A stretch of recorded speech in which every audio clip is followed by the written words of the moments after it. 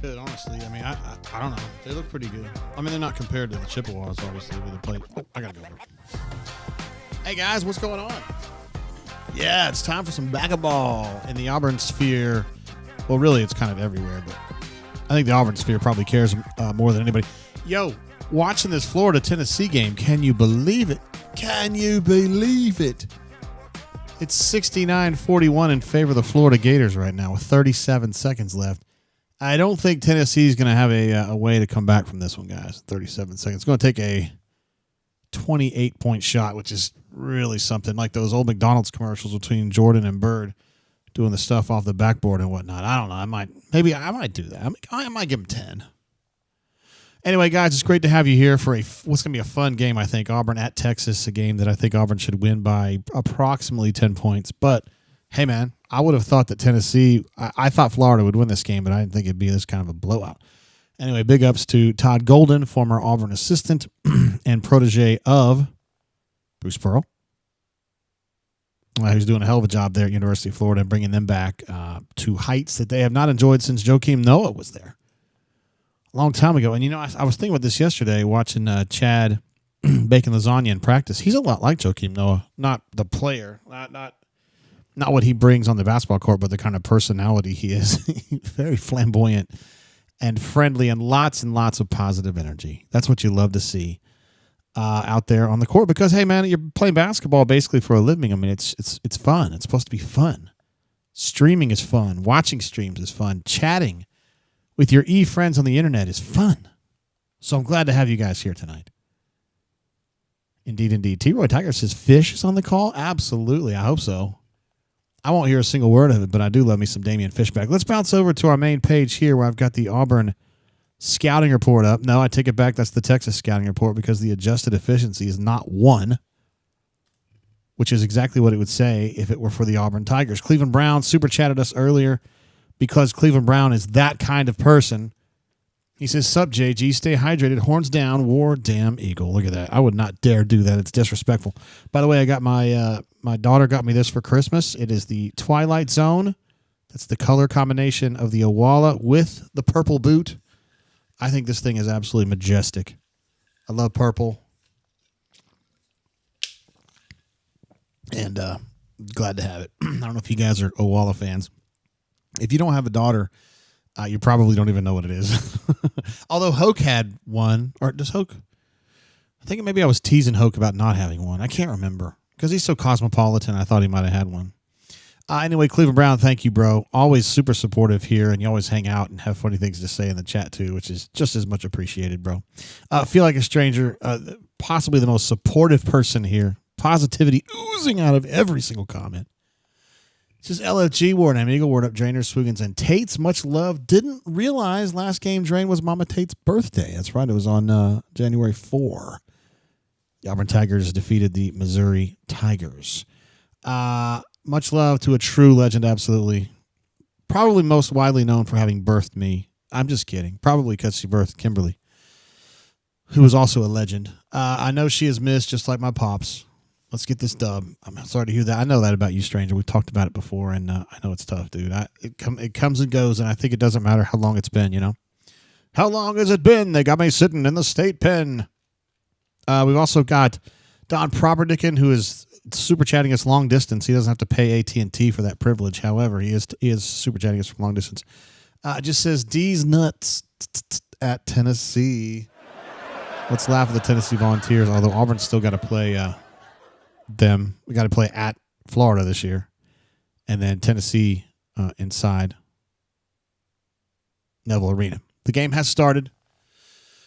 The game that we care about. Texas is up 6-3 here early. And we were looking for Auburn to just be very, oh, goodness gracious. We've already got our first. Couldn't tell if that was Miles or who that was shooting. I'm sorry. I was not paying attention the way I should have. Also, we had a super chat. Let me got to cancel out of this. T-Park. Our main man from the greater Atlanta area says Tuesday night, it's hoops for the soon to be number 1 Tigers.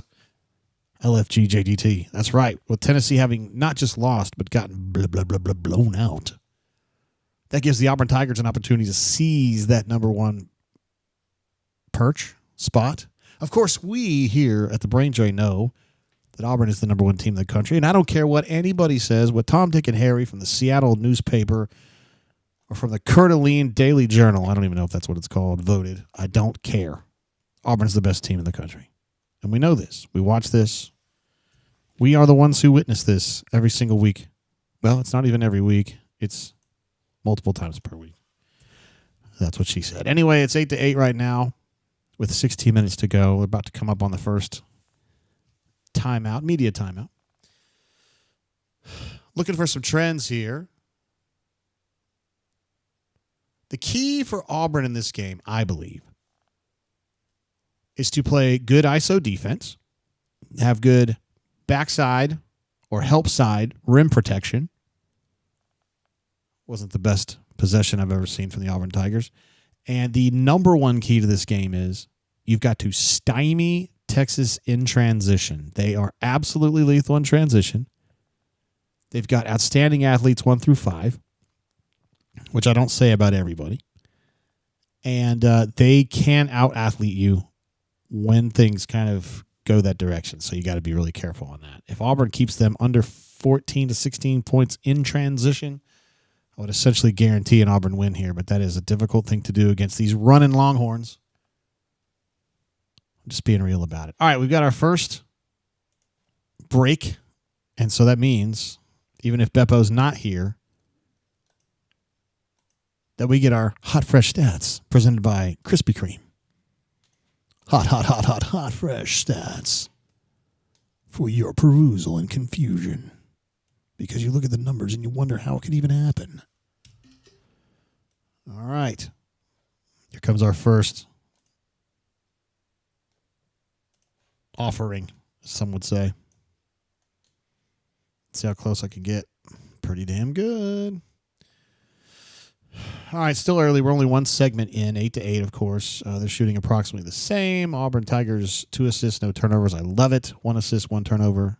No, 0 assists, 1 turnover for them. Love it. And points in the fast break is 0-0. So Ephesians picks up the slack with Beppo not here and says the hot sign is on. We need a sound bite for that. I don't know what the sound would be for hot, fresh stats, but we need one. And I think it would be a great opportunity for Krispy Kreme to jump in as a sponsor if you guys know anyone at Krispy Kreme. If you know Mr. Kreme, I'm not above taking a little bit of promotional fee, you know. I think my delivery is a little weird tonight. I was watching earlier the Craig Kilborn podcast, which is on the YouTubes. He does not pay me to talk nice about him. I just happen to like him. The name of his podcast is The Life Gorgeous. And he has an unusual delivery, as he always did, even when he worked at ESPN. I think he's affecting me. Cassidy P is in the house with us tonight. Assist to turnover is working. Need to avoid being outboarded again. That is absolutely true. And Ravin thinks he needs to see a little bit better movement off of the ball. Auburn getting a little ball watchy, some would say. GW in the house says, "What's up, my lessers? Daddy's here." I think he means losers. Yabo says sizzle sound for the hot, fresh stats, like bacon sizzling.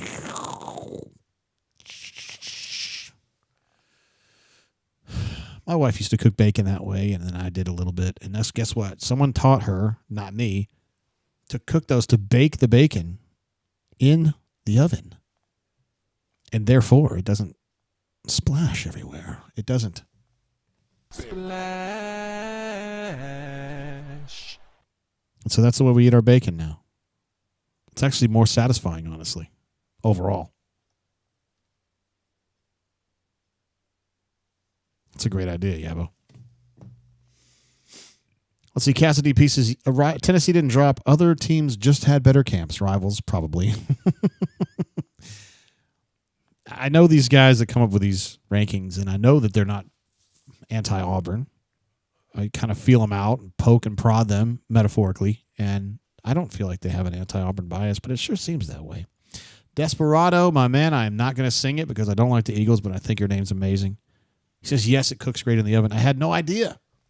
But now I do. Ephesians says, my wife recently started baking the bacon, and I must say I like it better. Is this going around? Is that what it is? Is this on the girls' Yahoo group or, Facebook group? They say, hey, guys, I got an idea. Why don't we try baking bacon? I mean, it's in the name. Let's see. We got Tahad out there at the point now. Miles. Broom is going to back down his defender. Got Chaney lurking. We'd like to say that Janai is better than 80% when he's using his left hand, but it has to be inside of 7 feet, and I think he was at 9 feet on that shot. I think he could have worked a little harder to get better position on that. Texas doing some weaving up here. You can see they're very quick. Chaney was a half a step slow on that closeout, and it cost him. He got an early foul. He's been in the game a minute and a half. He's already got a foul. How about this? GW says, no. Deep fried bacon is the less greasy. Let me rephrase that. I don't know what's going on. Deep fried bacon is the best, less greasy, believe it or not. That sounds like it would be the most greasy. However, sometimes things aren't as they seem. Let's see what Auburn's passing tempo is going to be like here. Auburn's at its best when the passing tempo is hot or maybe even spicy. So far, Tahad has not passed the ball yet. We're at the 10-second mark of the possession. That's not good. This is getting a little too ISO-y. Miles Kelly hits a nice little fadeaway jumper from 15 feet, which is worth 2 points, of course, but didn't love the flow of that particular possession at all. That was a nice defensive stand right there from Miles Kelly to, as BP would say, build the wall. And this point guard, he loves bouncing that ball, doesn't he? Great drive defense by Chad Baker-Mazar on that. A lot of the times last year he would have fouled on that drive, but he didn't that time. And Coach Sonny Smith is very proud of him for not having fouled.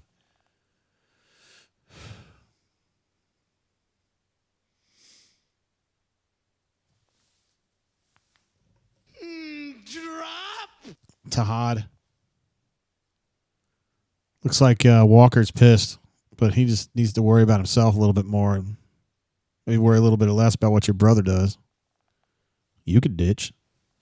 Yeah, well, then I'd get caught. Sounds like the problem is more you. Why don't you go home? Why don't you put your thumb up your butt? Y'all know what that's from? Of course y'all do.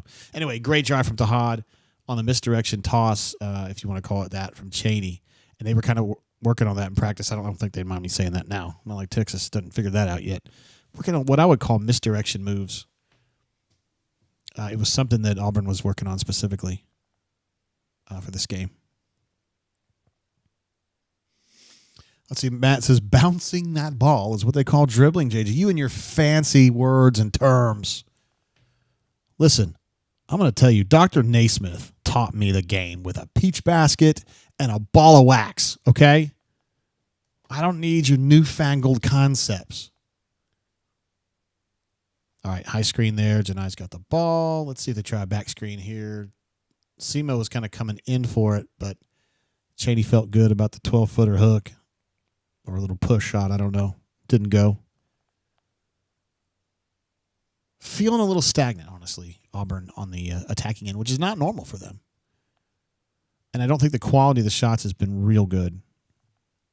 But as we know from having watched Auburn, that typically changes as the first half goes on. Let me go ahead and get that extra 3 points on there from Tahad's work. Got some kind of I don't know what he did wrong there. Texas failed on getting the ball inbounded.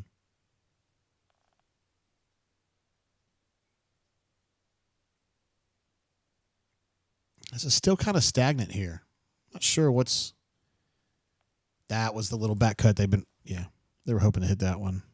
They're defending it well. Texas is defending that. I don't know what they call it, and even if I knew, I couldn't tell you, but it's that little misdirection jab they get. A lot of times it results in a dunk or just a dish for a lay-in, and tonight it's not really going anywhere because they're fronting the pass.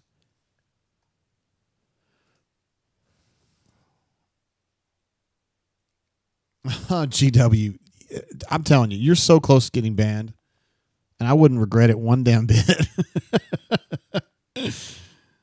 He told Matt to chill out on me because I'm worried that Jameis is going to be my quarterback next year. How dare you? I'm a Raiders fan. For those of you who don't know, they should be the worst team in the league. They deserve to be the worst team in the league. They lost 10 games in a row at one point this year. They fired their coach, and somehow we're going to pick 6th. There's 5 teams worse than us. Unbelievable. Still looking for that misdirection cut, and it just hasn't materialized yet.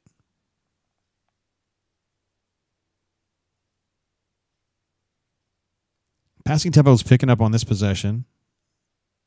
Great defense right there from guys, that pass from Janai to Chaney was absolutely dreamy, man. What a dreamboat. What a dish, man. I bet there's 5 centers in the country that can even imagine that pass, much less connect it. Oh, my God. This is not it. This is like a little hook, but I think he did this with his right hand, too. Man, that's nice. That is really nice. Beppo says nice pass. Come on, man. That's like saying the Statue of Liberty is a pretty decent-looking woman. Come on, man. That's Lady Liberty we're talking about here. Beppo, I'm glad you're here because you know what time it is. You know what time it is. Oh, jeez. Working on getting these stats to you guys, of course. By the way, our officials tonight are Terry Oglesby, Joe Lindsay, and Byron Jarrett. Pretty solid group of referees. No Pat Adams is always a plus. No Patch Adams.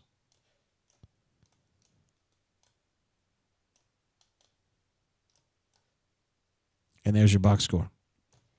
That was a really nice segment for the Auburn Tigers. By the way, they're at 5 assists and 0 turnovers. That's pretty good.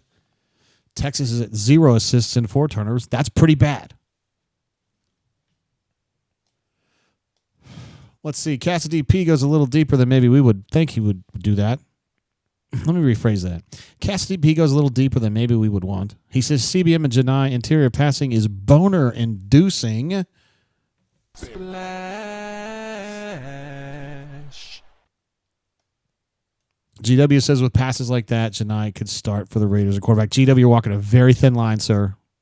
The Statue of Liberty is a dude in a dress. Didn't you watch JRE?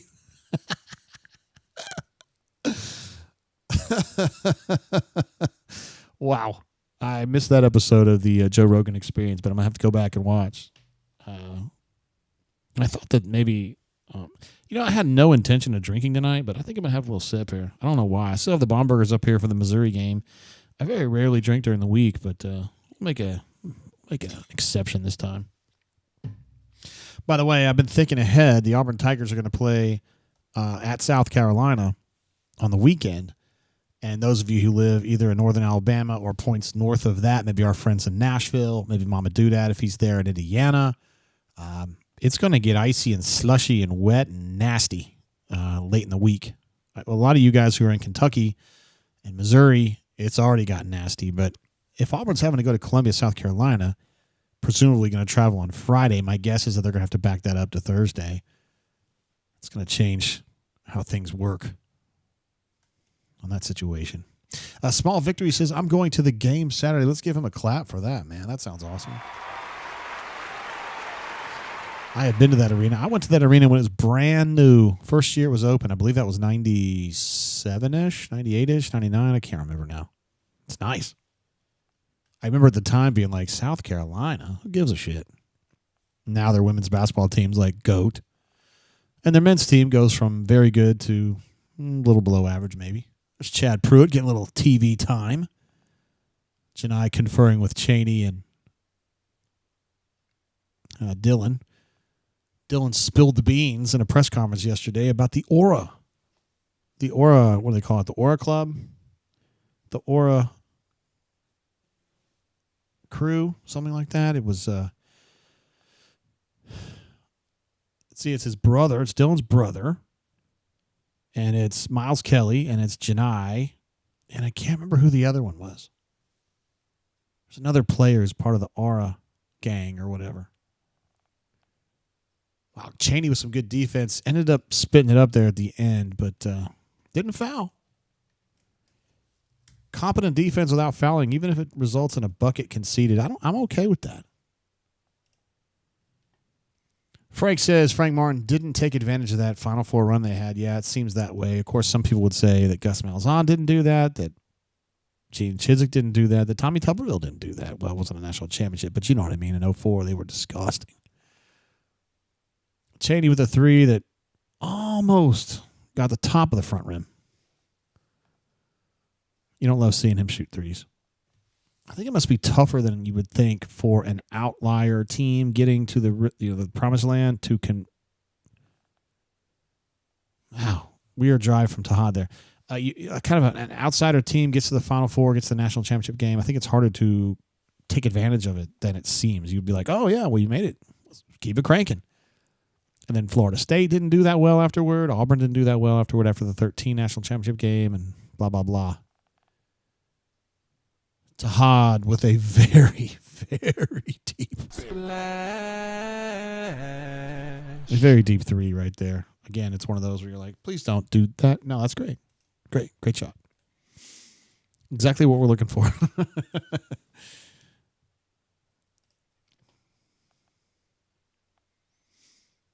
All right, so that possession right there is what I thought Texas would be doing a little bit more of tonight. Kind of panicky. They're like, this should come more easily, that we should be able to get better shots than this, and then settling for a bad shot. I think we'll see more of that tonight. Tahad slowly learning a lesson here that these lazy passes are going to get swatted in the SEC. Passes that maybe even against Purdue or Ohio State, certainly against teams like North Alabama, Monmouth, you can get away with. You can't get away with those passes against SEC teams, particularly the top half.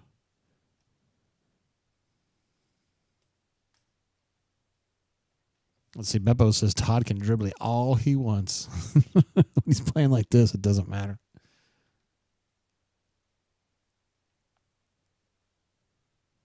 AU256, part of the Madison Mafia for life, says horns down, fam, LFG. I wouldn't do that as a nice, friendly mod, a congenial mod. I don't have a problem with Texas. I have a problem with other teams. If there was some universal way to bedevil the Duke Blue Devils, I would certainly do that daily. I think that was a foul on Tahad, yeah. It was good to speed up, slow down situation for their point guard to kind of draw that contact. Smart. Savvy. I'm trying to look at any other nuggets here in the stat box. We talked about the need for Auburn to rebound a little bit better than it did the other night. At this point, it's 6-7 in favor of the Longhorns, but that's basically even. And 2 blocks and 2 steals for the Auburn Tigers early. That's nice. I think that guy hits a lot of free throws right there. Jordan Pope. Probably will play in the NBA.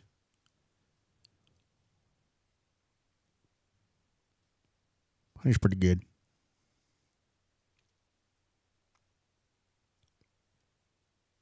Boy, he is a aggressive man defender. Of course, he's playing against a very aggressive attacker in Tahad Pettiford.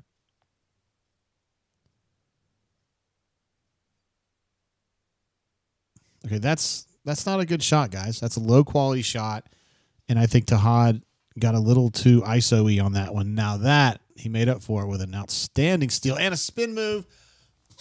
Wow. Drop. Good golly, that was a finish. A spin and a finish with the right hand. That's some shit that a lot of kids cannot do right there. Good golly, Miss Molly. Frank asks, who's the great player that Auburn chased and went to Texas? That is not ringing a bell for me right now. There were some kids that stayed in Texas. There was somebody who went to Baylor. Was it Jacoby Walter went to Baylor.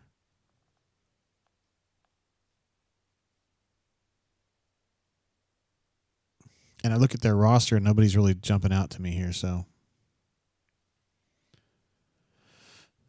well, that was a dirty, dirty, dirty finish right there. Good golly. Let me go ahead and get these points put on the board. You can put it on the board. Sound like the hot Ken Harrelson, don't I? Greg Brown. Well done, Daniel P. That's great.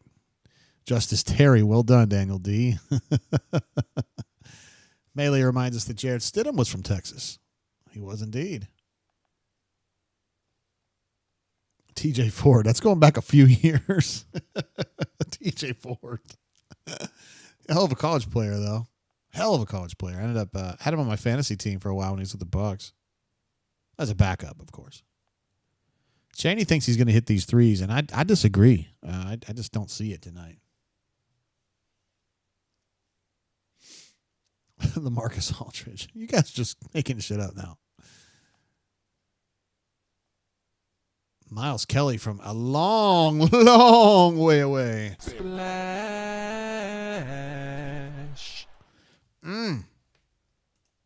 Feels good. We need to get that Tony soundbite in there. It feels good to know that you're there for me. It feels good. Ooh. No, sir. Cheney says, no. That's not how we're going to do things here. Miles Kelly says, I'm part of the Aura team. Get off these nuts. Yabo says Miles Kelly can hit threes. He absolutely can. He's got to have to be a 3-and-D guy. He needs to be a 3-and-D guy, and I think he's a 3-and-decent-D guy. Ephesians knows what time it is. He's even cutting into Beppo's action. But that's okay. Because Beppo loves the community aspect of the whole thing. He loves it. He lives for it.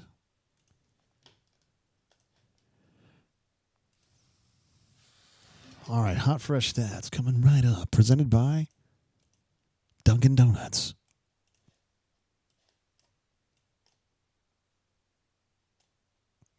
For some reason, I really dig these Gronk and I forget the guy, Elliott. These USAA ads. And I could say that as a USAA customer myself. A frustrated USAA customer, even though they're a great company. They've been charging a little bit more lately, and it's kind of bugging me. Let's see what we're talking about in the chisel. Alan J says, call God. That is exactly what they're doing right here. Oh, somebody knows. Cleveland Brown knows. He knows that Tony with just got paid. Yes, you do. Aura team. That's exactly what it is. Aura team. Jay is definitely not on the Aura team, but I don't think I'm way off of it either. I'm like in the middle. I think for your typical suburban 52-year-old dude, I do pretty good. But one thing about it, as we 50-year-old men have to do, we have to get very particular about our footwear. And I love Asics, and I'm going to wear Asics no matter what. And if it's not cool, I don't care. Let's see. Poppy Clan says, I'm trying to make the move away from USA too. Here's the thing, Poppy. Great company, right? I mean, I've been alive a lot longer than you have.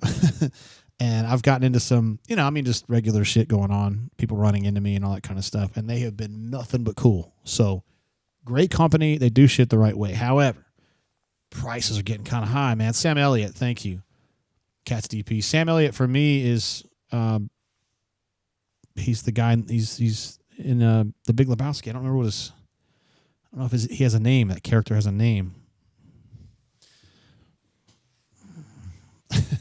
Puts his hand on his cowboy hat. The dude. Cleveland Brown updates us. We are happy to report. Oh, I'm kind of conflicted on that one though. But Georgia defeats University of Kentucky 82-69. Of course, nobody likes Kentucky, but it's hard to pull for Georgia, too. Even basketball, I don't care. I feel that same passion. Again, I've never been barked at by a Kentucky fan, but I've been barked at by Georgia fans, and I bet you have, too. Let's see. Cassidy Peace has been with USAA for 25-plus years and no reason for me to leave yet. That's my attitude, too. I'm not going to leave.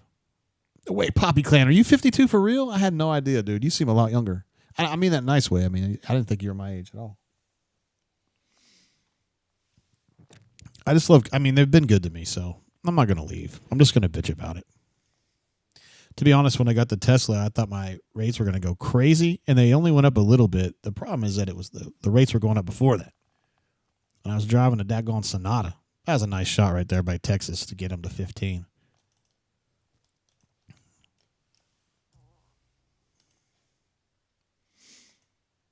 Yabo says, go home, Mac Brown. You don't want to see this. That's right, 1972. I had no idea, bro. Now I feel even more of a kinship with you. Us 1972 babies. Got to stick together. We're getting to that point, man. Stuff starts getting a little bumpy, right? Because the body ain't doing what it's supposed to do exactly all the time. Oh, now see, that's a really good individual move again from Texas. That's nice. They got some players. I told you guys, they got players. They're not short on talent. I just feel like I was watching the A&M game the other night, and I just thought the coaching, like the strategy was not good, and the execution offensively wasn't there, and I just didn't think that that's something you never have to worry about with the Whoa, Cheney. That's something you never have to worry about with BP and this crew. You're very rarely going to get out-coached. Mike B. says he's still driving his 2016 Toyota Avalon, which is a fine car. I bet that car can go a long time, bro. Desperado says, oh, wait till you hit your 60s. Oh, man. I kind of look forward to it in some ways, in other ways, no. In the way that we're talking about, no. But I'm looking forward to a point in my life, and Desperado, I don't know if you're at this point or not, and maybe it's just a myth that it even happens, but I just get to a point where I stop. I want to get to a ZFG point in my life where I just worry about, taking care of my wife and taking care of my daughter, and that's all I got to worry about, And I don't feel that way right now. None of y'all do, just because we're all working and doing stuff, and I want to do the best job possible for you guys and make sure that the site's good. And that looked a little foul-y to me on the Texas defense, but whatever, it's fine.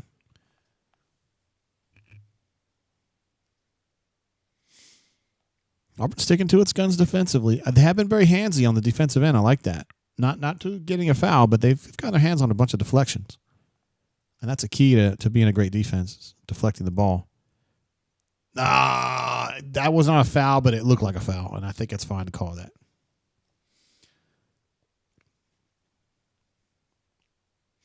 Poppy Clan says driving a 2006 Avalon. Those things are absolute tanks, man. Tanks, I say.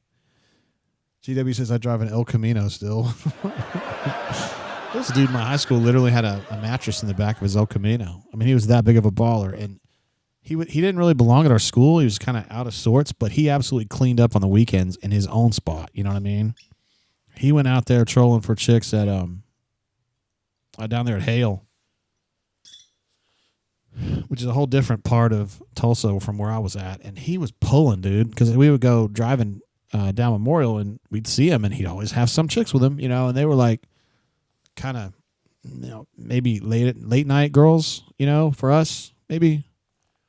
You strike out 3 or 4 times, and you just kind of see what you can do. I mean, for ugly guys like me, that's how it goes. That's what that's when you got to pounce. Proverbially, I mean, in a respectful, responsible way. Yabo says he would like some bacon lasagna right about now. Been kind of quiet. He has been. I think defensively he's been solid, but offensively we haven't seen much from him at all. He hasn't really had much of an opportunity to do anything. 25-19, by the way. I need to update that score. Now, that was that little back cut we were talking about earlier.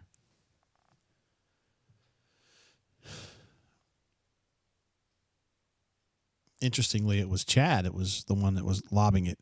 But as you saw, Texas got 2 pairs of hands on that bad boy.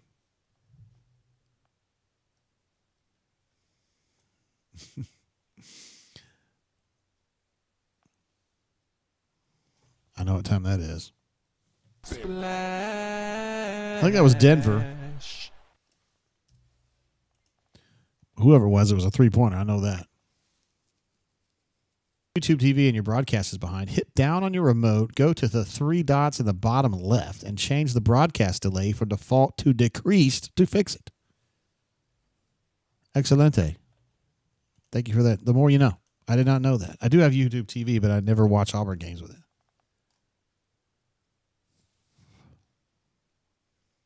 Oh, it was SEMO. I said it was earlier, that splash I said was probably Denver. I should have been able to recognize a SEMO shot because it has kind of some unique characteristics, doesn't it?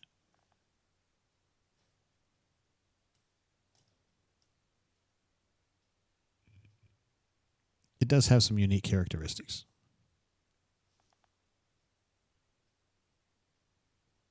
SEMO's a great teammate. Plays hard, loves Auburn. He's in the gym a lot. When I went before the press conference the other day, there were 2 players.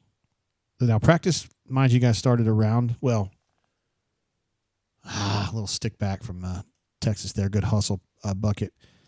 Practice that day, I think, was starting at noon, which really means it starts at 1. So the kids were in the gym at like 9:40. Not kids. These 2 kids were in the gym. Nobody else. It was, of course, Dylan, who shoots free throws like it's going out of style. And we all make fun of him for missing all the free throws. But he works very hard on this, actually. I mean, honestly. And Shady. They were on different ends of the floor, each working on a particular part of their craft. Chaney with the mid-range shooting, and Dylan with the free throws. All right. With that media timeout, we now go to some Hot Fresh Stats. Presented by Ace Hardware. Ace is the place. And presented by Intellivision. If you're tired of your Atari and you don't want to play these stupid games on your Atari, please consider an Intellivision. You can play Astro Smash. It turns your TV into an arcade. No quarters involved. Just make your parents pay the $240 for the system. All right, some numbers. Assists. Auburn, 7 assists to 3 turnovers. So last time we checked in, they were 5-0. Now they're 7-3. Not good. Texas, we are nearly to halftime, and they have 0 assists. None. 6 turnovers. I don't think they can win a game with 0 assists, but maybe they can. 9 buckets, 0 assists. Auburn, by the way, 7 assists on 11 buckets. So we're talking earlier about the disparity on personal fouls, 4 called against Texas, 7 on the Auburn Tigers. But as we've talked before, sometimes Auburn's style doesn't lend itself to drawing many fouls. Rebounding, as Cass DP mentions, still in Texas's favor, this time +3. Texas 0 for 4 from long range. The Auburn Tigers 5 of 9 from long range.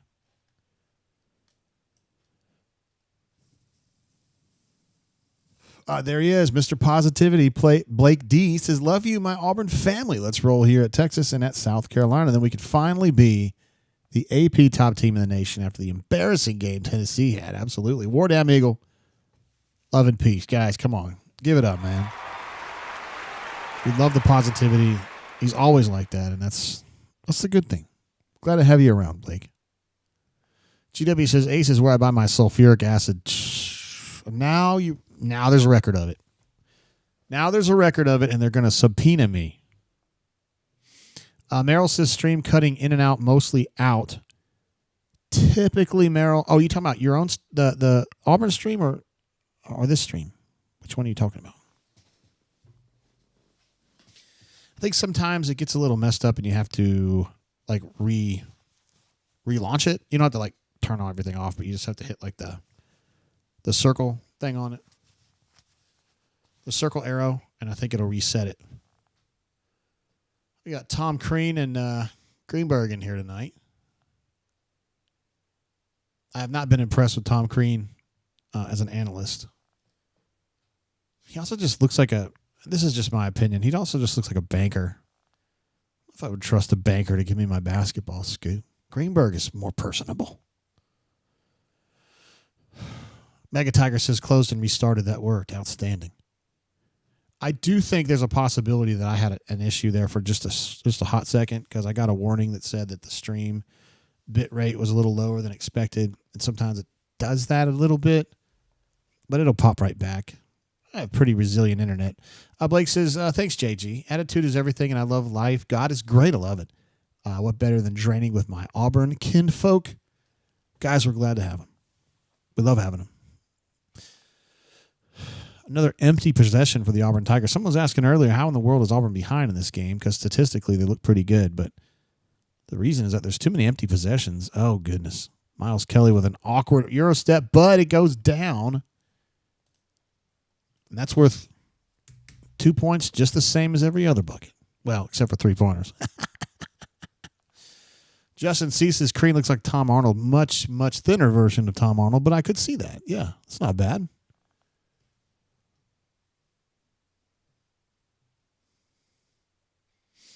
Greenberg just reminds me of like an uncle that I didn't have, but I should have had. Like an uncle from Jersey. Instead, I just had Uncle Jim. It was pretty cool, too. He lives in Lexington.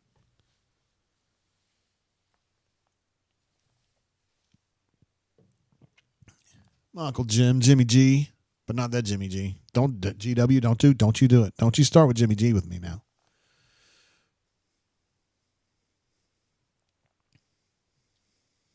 I mean, Auburn's winning this game, and Auburn's been the best team on the floor without any doubt. Oh, Chaney's shooting threes again. Guys, come on, man. Take the ball away from him. Don't let him shoot threes. Auburn's been the better team on the floor, but offensively it's been jagged. You haven't seen many easy buckets. Now, they can still win this game. Oh. They're going to call a block on that, Chaney. Went down a little easily on that one. Melee, that's pretty clever. It says Miles turning into KM Kelly, as in kilometer Kelly, not quite a mile. I like it. Yabo, I'm with you 100%, brother. Quit while you're ahead, Chaney. You're doing fine work in other parts of the game, but three-point shooting, not so much. Not so much. Yeah, need the ball to get to Janai a little bit more. 6 shots is fine. Needs 10. And he needs to hit the other ones.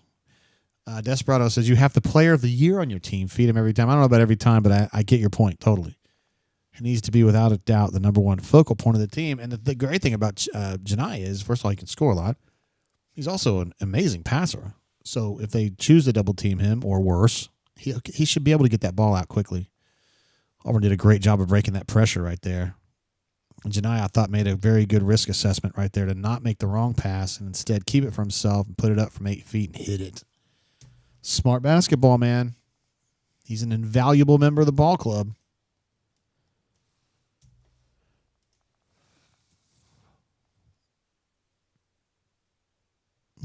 Texas playing 5 out right now. Kind of makes defense, Auburn's team defensive concept. They're getting a little panicky. When you play 5 out against Auburn, or when you pull Auburn defensively out that wide, it takes away some of their aura defensively, because Auburn plays good team defense, good organization, particularly on help side defense. And when you play 5 out, you can't do that defensively, so it changes a little bit. But Auburn does have good individual defenders, so I'm going to give him a drop for that one. That was nice. Drop. Denver with a little shaky. One-on-one, dazzle me. It's a nice play. I still think Auburn's individual defense has been good. Effort's been really good. Playing with passion for sure. Emotional investment. Kind of missed that one. Miles Kelly a little slow on that recognition on the alley-oop, but it's all right. He's made some nice defensive plays. Excuse me, AU256, excuse me. We'll talk about that at halftime about JPP, if he's a lost cause.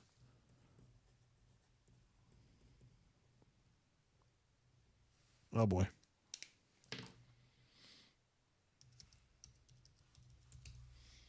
I literally put my computer on lock accidentally.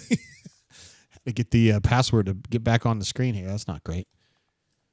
We'll talk about that a little bit later. We've got the last minute of the half here. Janai with another nice pass and another nice spliggity splash. Auburn's three-point shooting has been really good this game. I don't have the numbers right in front of me, but I do actually have some numbers in front of me, but they're not updated. Oh, Janai. And Kilometer Kelly, man. Gives it right back. Look at him. He's just ready to run. Oh, this ball's going. This is going down hard. Drop. Auburn beat him in transition on that one. Gave him a taste of their own medicine.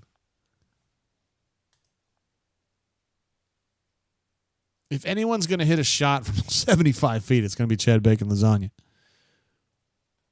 And he did not hit it, but it was actually a worthwhile effort. All right, so we're at halftime, guys. Auburn's up 12. I said I thought Auburn would win between 11 and 13 points, so just keep it steady right here, and I look like a genius for perhaps the first time in my career. This one's going downtown. Got him. Oh, I did it again. All right, let's get some hot, fresh stats. Chip says work done, at least for the first half. There's no doubt. Hey, we're going to see highlights of Tennessee and Florida. I wonder what happened. Could be anything. Well, I see a number on this stat sheet you guys are going to really like.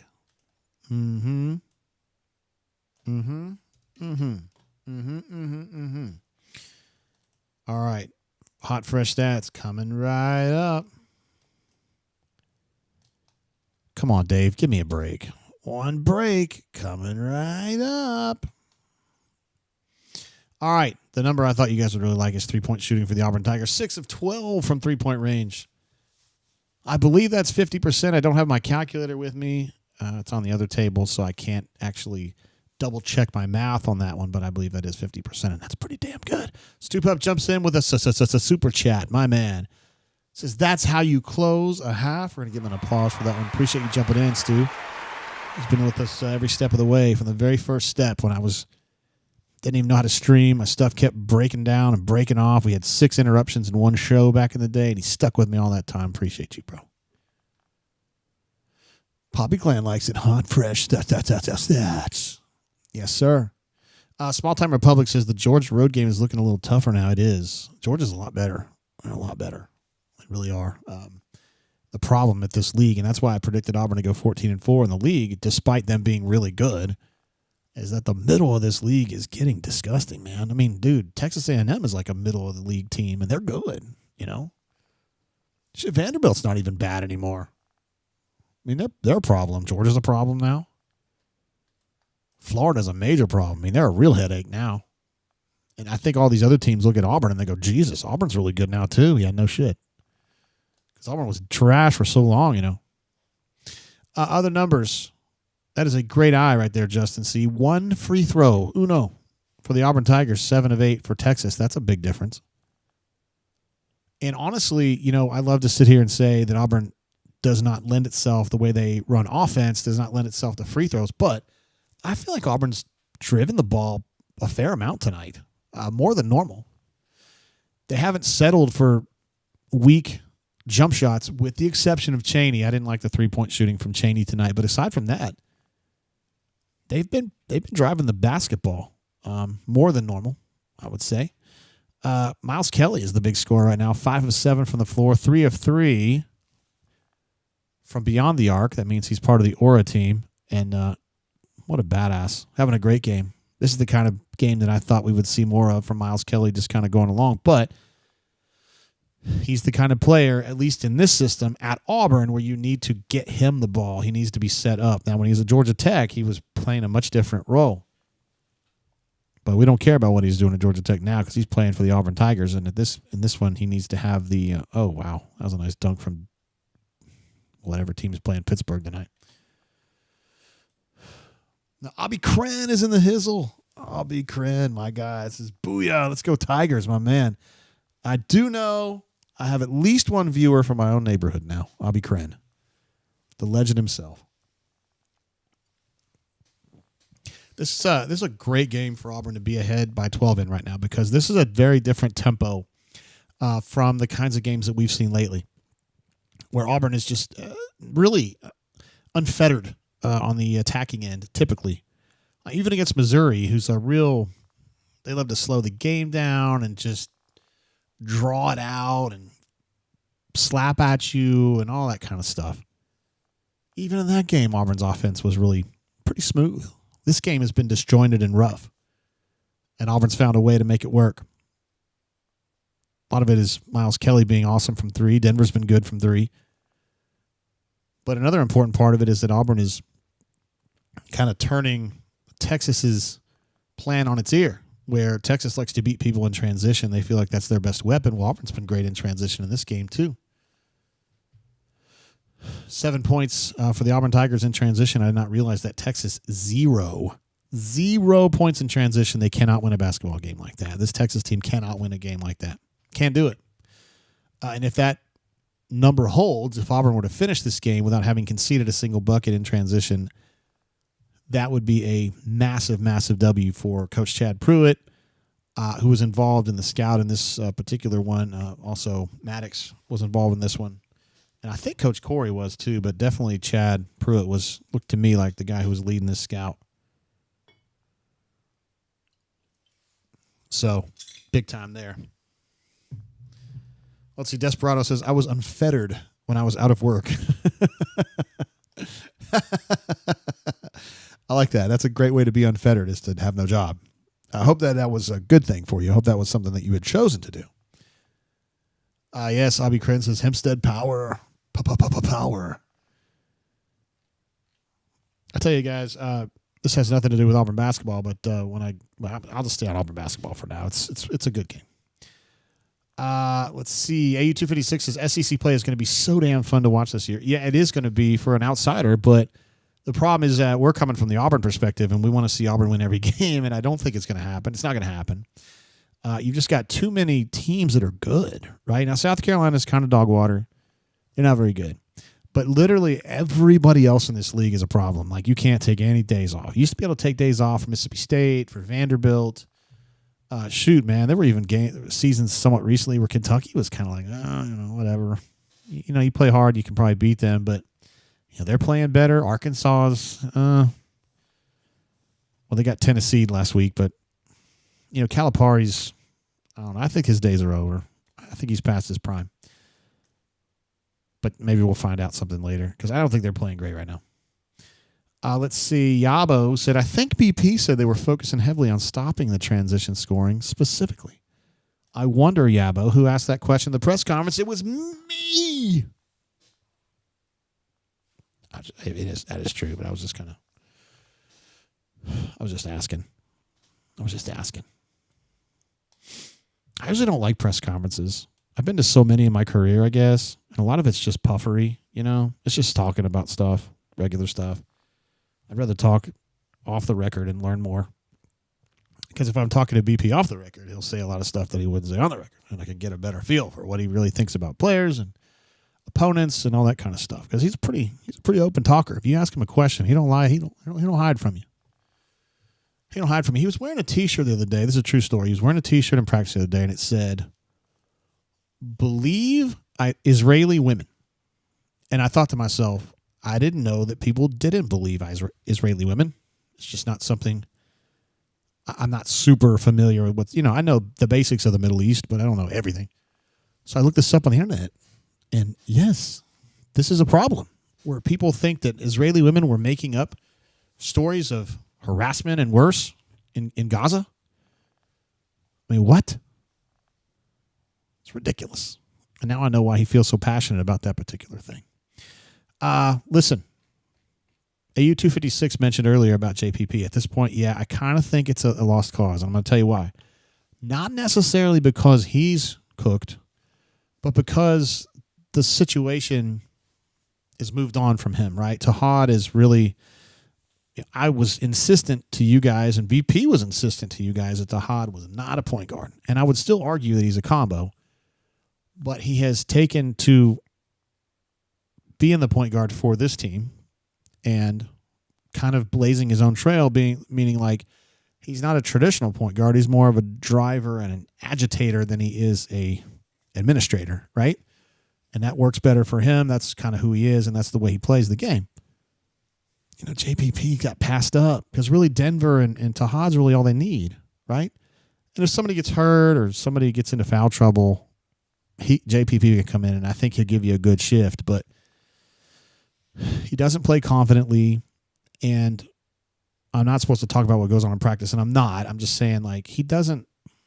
He gets along great with his teammates, and I think he has a joy in his game. I think he's having fun, but he doesn't play confidently, and he just doesn't look like someone who affects things a lot. Does that make sense? And it's weird because I know he played in a lower league last year, but he's a player of the year. He wasn't just a good player. He was the best player. And, Chaney was that way, and it took him a year to get going. And Janai was that way in his league, and it took him, 2 or 3 weeks to get going. I just think JPP, I've told you guys a million times, these kids, everybody's different, man. Everybody matures at a different speed. Everybody acclimates at a different speed. Some are fast, some are slow. Some are more assured over time. Some get less assured over time. There's so many variables. And in JPP's case, it's just not clicking for him. But he's got a great attitude. He plays hard in practice. He looks like a happy person to me. And that's the thing. People ask some of the same things about AD. And they say, why is AD even on the team? Go to practice. And you can't go. But if you could, I'll tell you, he's having a good time. He helps the team. He's on the scout team. He's the one that plays against Janai all the time in the scout team, so he's got to be physical. He's got to be rough with Janai, and he is appropriately rough. He's not going to hurt the best player on the team, but he doesn't let him just walk around on him. And I think he helps make Janai better. I really do. I honestly do. Because he raises hell with him all the time, in a friendly way. Yeah. Stupup says JPP just doesn't fit. It happens sometimes. I think, from a game perspective, you're right. From a skill perspective, it just isn't popping. But from a personality perspective, from a culture perspective, he's fine. He does great. He fits right in. Let's see. Solo Tigre says, you're missing the point. JPP ended Virginia's season 2 years ago. We need him on the squad for karma purposes. He was meant to win a ship. Well said, Solo Tigre. So, look, he's going to get his opportunity. I promise you. At some point this season, JPP is going to have an opportunity to play, and he's going to have a chance to come up big with some big, big balls, and I think he's going to do it. Is that Sharunas Marshallonis' kid? God, we're getting old, y'all. It's got to be. He's playing at St. Mary's. Got to be. So Yabo said if JPP could just get going a little bit, I think he has it in him. Probably tough with so many others clicking so well. Yeah, I mean, Tahad's just playing so good, and I think Denver's a good point guard too. Again, an unusual point guard, right? He's more of a shooter. But I think he understands, he really thinks along with what they're doing strategically, and he's where he needs to be all the time. Well, man's opinion.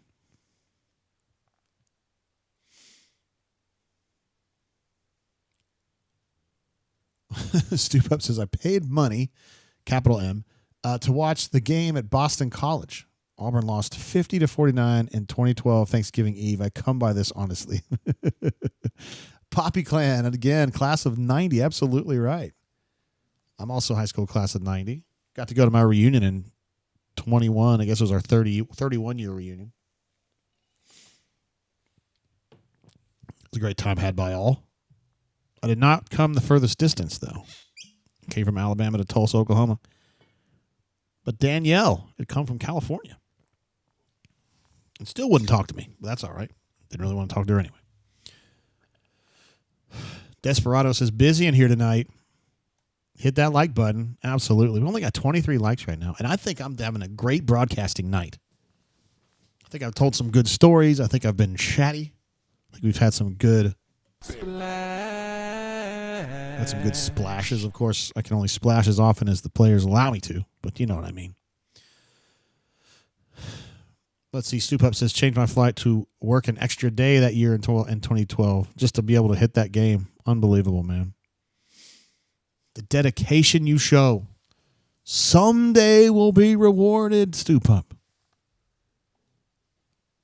Let's see, Horace from 3. What's up, bro? Good to have you here. Watching while delayed at DFW. Screw these Longhorns. Let's run it up. Janai going to have a monster second half. That's what I love to hear. Got a lot of thumbs up there. Thank you. And Drew Gray correctly knows that the splash sound is from Chris Smooth. One of my all-time favorite streamers. Absolute legend. So I liked him when he was doing the Call of Duty stuff, although now he does a lot of NBA stuff, but just probably one of the smoothest, and his name's perfect, one of the smoothest streamers out there. Just an absolute pro, man. Let's see, Jay, have you ever lived in Mobile? Did you say your daughter goes to South Alabama? I live very close to the college, so no, I've never lived in Mobile. My daughter does go, in fact, to South Alabama. She is on track to graduate in May. And she's going to be, it appears to be, I haven't had this conversation with her lately, but I think she's going to be an ICU nurse. She's definitely going to be a nurse. I think she's going to be an ICU nurse. That's what I think.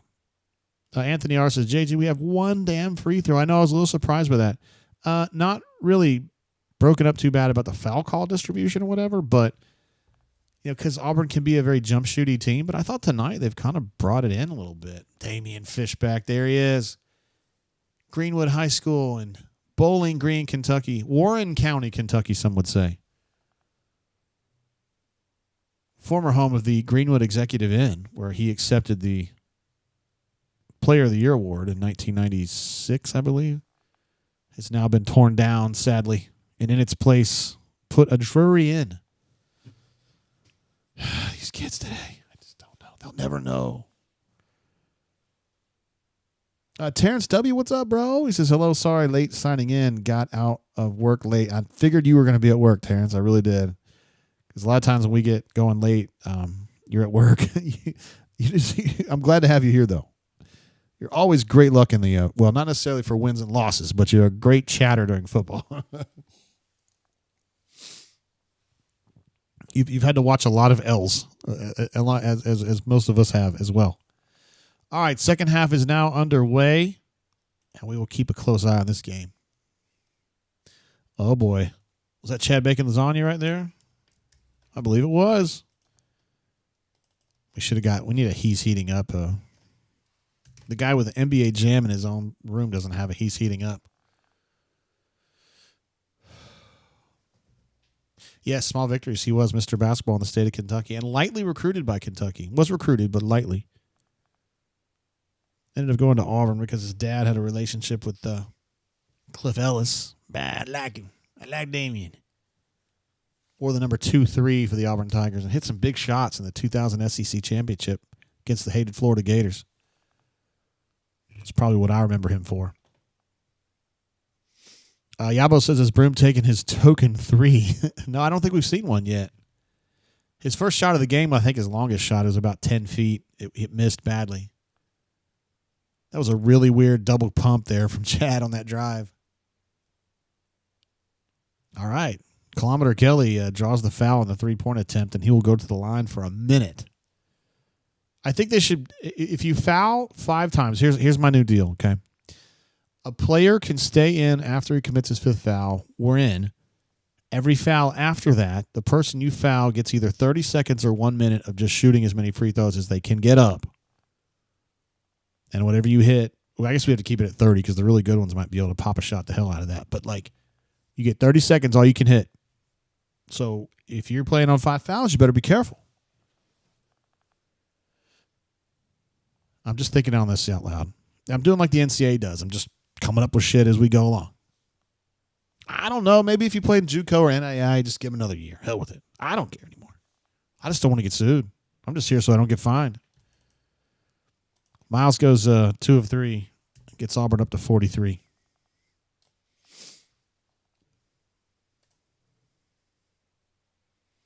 See, small victory says, always remember Fish coming swinging by our apartment after practice and big-ass ice packs on his knees. He did have big-ass packs. He had those on his knees, I remember. Back in the old days. These days, the kids, they have these little compression apparatuses or apparati. I don't know what the right word is. But he was old school. Shit, Fish is probably, 45 now? Maybe older. I don't know. Yeah, probably about that. If I'm 52, he's probably 6 years younger than me. There's Janai with a nice little shot. It wasn't a 3, but it was a long little mid-ranger. Such an interesting player to watch in practice and stuff. Very low-key. Confident, but low-key. Doesn't talk a lot, but likes to stare at people in a fun way. I think he's just having fun most of the time.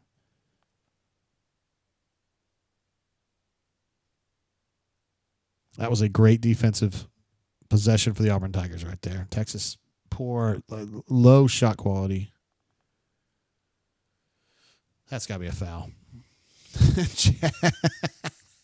Chad fell down and rolled like twice. All right. That's what Terrence, that's what BP was telling them right when they broke up practice the other day. He said, guys, road games in this league are tough to come by. So don't take anything for granted. We got to go out there and earn this. And looks like they took him to heart here. It kind of happens when you have a team this experienced and this aged.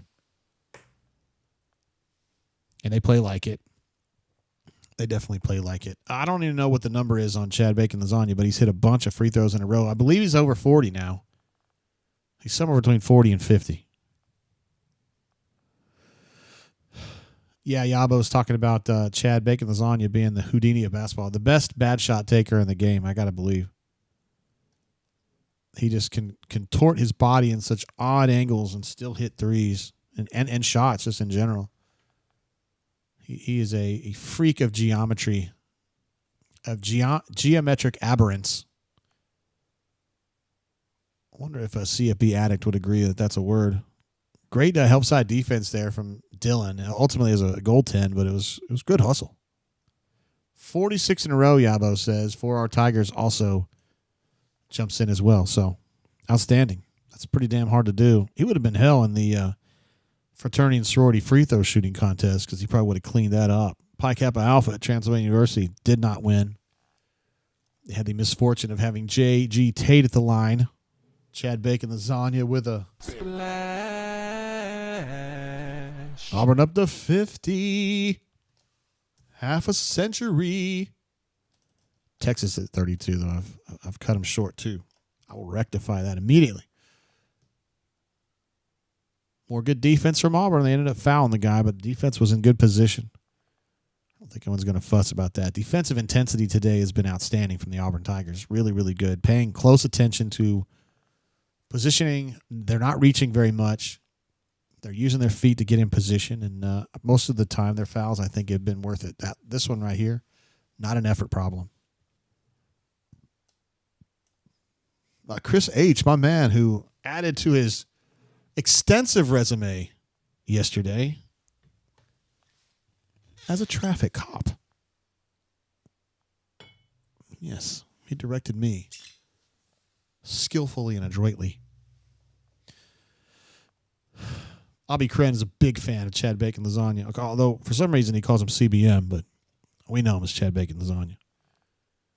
Now that is going to frustrate BP right there, letting a missed free throw get away on the defensive end, but they took a bad shot, and it's no big deal. Chip says, is CBM an NBA player? He can shoot, play D, and has the edge needed to make it. I don't know that he is. I don't think so, but we're going to find out. There's a lot of people fussing with me on the board about Janai. A lot of people think he's going to be a first-round pick, and I'm here to tell you guys I don't think he is. He's a damn good college player, but I don't know if he has the athleticism they're going to want in the NBA. But we're going to find out. I mean, I didn't think Zach Edey was going to make it either. And he's doing all right with the Grizzlies, so.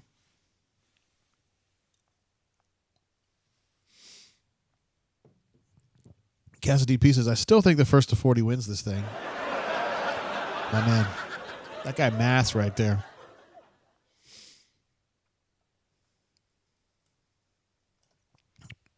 Yeah, Chad's pretty good enough free throws. When I was huge, I had a player like that. He lost free throws. Wow, they didn't call a foul on Denver on there. I thought he would get a body control foul, a player control foul. There it is. That's Texas doing what Texas does right there. Frank says, what does Kessler have that Janai doesn't? Well, he's dating Miss America, so he's got that. And that's a big deal. Fishbacks just said Broom is in the first round. I mean, I'm not going to ever bet against an Auburn player, but I'm pretty sure that's not going to happen.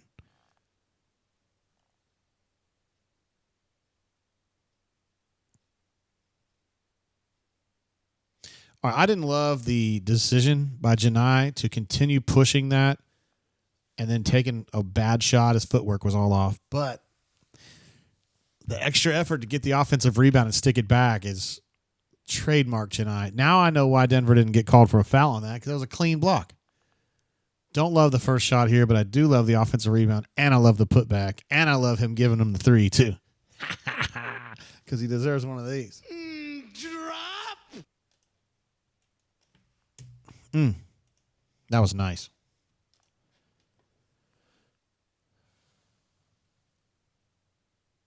Yeah, I mean, I just don't.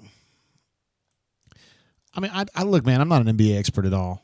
I just watch the Thunder play. That's my team. It's been my team for, I think I'm in my third year now, fourth year. And so I just watch the Thunder, but there aren't players that look like Janai that play in the NBA. Like, they just don't exist. Like, everybody's like super bouncy and super jumpy and, you know, can dunk from 15 feet away and all that kind of crap. And that's not him at all. Let me get the box score for the second half. You guys know after halftime, I kind of like looking at second half stats only for at least a little while, because I feel like that's more representative of what we're seeing right now before our very eyes, as the kids would say.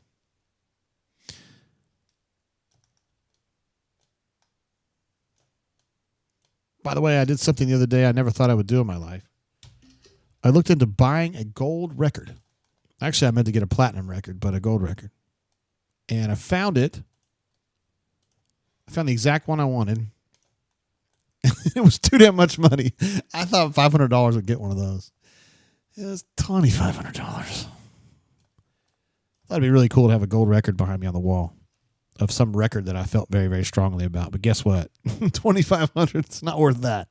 The Auburn Tigers 13-7 here in this second half so far, shooting 4 of 5 from the floor. That's pretty good. I don't have my calculator with me, but I think that's 80%. Of course, the box score, Jay, has the number right there, and so I don't even need a calculator. 4 of 5 free throw shooting in this half already, with Janai at the line for one coming up. So they're already way ahead of their pace from the first half, and I guarantee that's something that BP and Burgo and probably Chad Pruitt said, guys, we've got to get to the line a little bit more. And so they've done that. Also, Cassidy P is going to be very, very happy to see that Auburn's rebounding is 5 for Auburn, 1 for the Texas Longhorns. 2 assists, 2 turnovers for Auburn is not good for such a short period of time played. But we don't really care when they're up 20, right?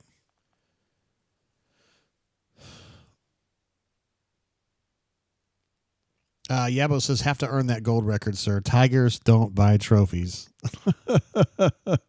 Matt says, maybe if you could sing better, they would have given one to you. Yeah, well done, well done. Justin C says, we need to get you a gold YouTube play button instead. Man, that would be sweet. I'm a long way from that. I think I'd have 50,000 subscribers. I don't think I'm ever going to get there, guys. Dude, if War Report only has like, what do they have, like 15? And they do an amazing job. Like, I'm not getting there. I have thought about doing a Tesla channel, though. Like road trips and stuff. It seems like even goofy people that do bad videos for Tesla road trips get tons of views. When I say tons, I mean thousands. And I think I could do better than that. But, you know, I don't know. Maybe, maybe not. I do love driving my Tesla, though. Looks like I'm shorting Texas 2 points there. I'm going to disagree with that, but, you know, we'll just defer to them. Anyway, Janai hit the free throw to get Auburn to 53. There you go. That was a tongue twister right there. Chris M. rains on my parade and says 50K only gets you a silver play button. You need 100,000 for the gold one. What? Justin C says, did you get a Tesla? I did, sir. I got a Tesla. I picked it up on November 29th, a Model 3 Performance.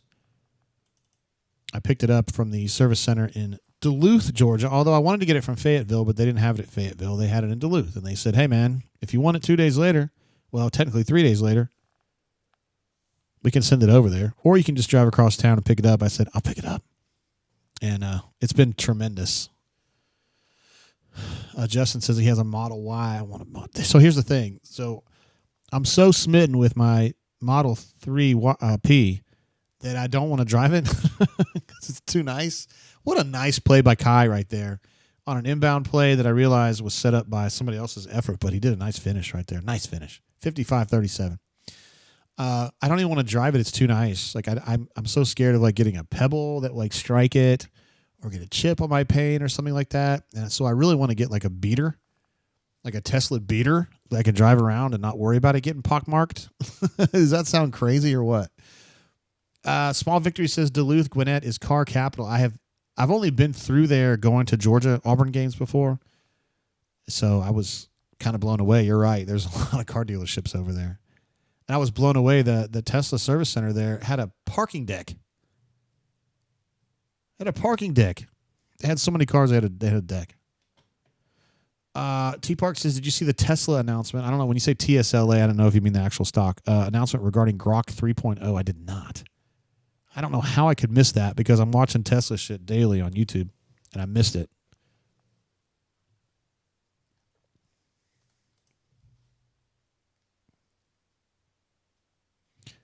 I think that Kilometer Kelly was not very happy with that call. But he's not one to complain out loud. Raiders fire Antonio Pierce. My coach got fired today. Probably deserved it. I like him. But you lose 10 in a row, man. Come on. You got to know what's coming. Poppy Clan says, when's the Tesla RV coming out? My man. Sean says, the quandary of buying a new car. Don't want to drive it and put wear and tear on it. You're absolutely right. I mean, it's been absolutely perfect so far. But I'm so scared to drive it on the highway. Just only because I don't want it to get messed up. I have the full self-driving, not the absolute newest one, but the 13.2.2. And it's so good, you guys. Blows my mind. 55-39 right now is what we're looking at. Matt wants to know who my Raiders are going to hire. Probably somebody shitty. The good news is that Tom Brady is like he's an owner. He's not as big of an owner as some people suggest, but he's like a part owner. And I think that he's going to have a say in what Auburn needs to do here. Auburn, the Raiders. And hopefully he has some good counsel and he's not like Michael Jordan or Isaiah Thomas where they get into the front office and they make a mess of it. We shall see. I really don't know. I don't even know who's available. They've been talking on the Reddit about Vrabel, but my guess is that he's going to go to the Patriots. And I don't even know if he's that good anyway. Let me see. Desperado says, how many minutes has Dylan played? I can get that actual number for you here.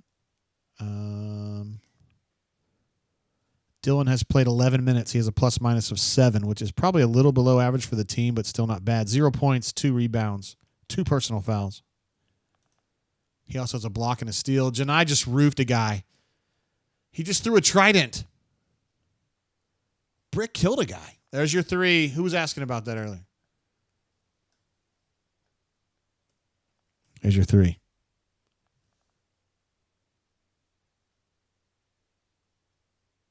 Oh, Chaney got a little beside himself, but it was serendipitous in the sense that when he lost the ball, Kai was there to gather it and put it in. 59-39 with 13 minutes to go. Chris M says he's got a Silverado EV right now while our Bolt is getting its battery replaced. It's nice. Yeah, I saw a video not too long ago because I'm just fanatical about EVs. That the range on the biggest batteried Silverado is insanity. Like apparently it's like 400 something miles or something. I've thought about a Bolt as like my second car. Be a good little car to move around, just if you're for short distances around town and whatnot. Matt says you want Rex Ryan. We've already got his bro working for us on the defensive side. I forget his name, but it's the dude with the long hair. Looks like witch's hair. Rob Ryan? Something like that. Sean says, every time the pace picks up, Auburn just absolutely flexes on Texas. Flexes on Texas. Chris says we had 411 miles when we drove off the dealer lot with it. Wow. That's pretty cool. I bet that's badass. Somebody asked me earlier about the Smart Summon. I used it half. Like I was eating dinner I guess it was dinner the other night. Yeah, and I summoned it to me, and it came maybe 40 feet, and then it was getting confused. You could tell, and I was like, I'm just going to call this off. There wasn't anyone near me, so it wasn't any danger. But, yeah. That's not something that I would trust, I don't think. It just looks a little... I've seen it on YouTube, and everybody like makes it look kind of cool, but that doesn't seem like something I would be interested in doing. Shit's bad enough that I'm using the FSD 13.2.2, excuse me. A lot of people are like, you let your car do that? I'm like, oh, yeah. Do you let your car do that? I wouldn't let a machine do that. I'm like, you let a machine do all kinds of shit for you. Don't you be tripping. Don't you throw that hatred on me, peoples. I'm not doing it. All right, this is going to be just the second half stats. I'm still sticking with that because we got, we're still about halfway through, I guess, or close to halfway through the second half. Auburn up 20-12 in this half. 6 of 8 shooting from the floor is pretty good. 7 of 8 from the free throw line. Now, remember, Auburn was 1 of 1 from the free throw line in the first half, so that's outstanding. They definitely had a 180, or as my mom used to say, a 360. That's a whole 360. 4 assists and 0 turnovers for the Auburn Tigers this half. 3 assists and 1 turnovers for Texas. So that's not too bad. But for Cassidy P's enjoyment and satisfaction, the Auburn Tigers are +4 on the rebounding tip. 5 defensive rebounds to 1, specifically. By the way, Chip says plenty of hot tubs in Vegas for Harsin to enjoy. I have some bad news for me, which is that the administrative assistant is going to Vegas in 2 weeks, and I am not. Sounds like a terrible idea on face value. She's going to go. One of her girlfriends is having a 50th birthday and wanted to go to Vegas. She's going to Vegas without me. I'm sure she'll make great decisions. Or if she doesn't, just don't tell me. Let's see. Ephesians thinks, Jay, your Raiders may make a bad hire. Man, boy, you're being very nice there. I'm pretty damn sure they're going to make a bad hire. But my Saints will make a worse hire and fumble away the draft. I really need Auburn to have a good football season. Been rough out here, brother. Yeah, tell me about it, bro. I watch Auburn for a living, and I pull for the Raiders in my spare time. Like, we've had a lot of losses. I sound like the Hanson brothers in Slapshot. Yeah, we've had a lot of losses.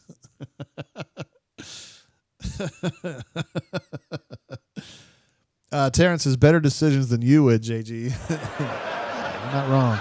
You're not wrong. Chip says tell her to see the Beatles Love before it closes down. I think she might be doing that. She's definitely going to the Sphere. She's going to the Sphere for something, and I think is the Beatles at the Sphere? She's definitely not going to see you too. I would have heard about that. She's doing something with the Sphere. I know that. You're walking such a fine line. You're about to get banned for life. Raiders hiring Lane Kiffin. Would you please stop? I think we've got it figured out. Cassidy P. That's right. Old time hockey. Let's go now. It's fucking embarrassing. Shut up. I'm trying to listen to the song.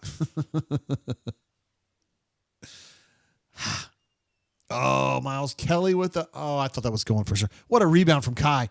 Oh, and he used the... Drop. Kai gets the offensive rebound, uses the flipper to create some space to go back up and put it back in. And no foul called because of no foul. Unbelievable. I thought for sure Miles was going to get that.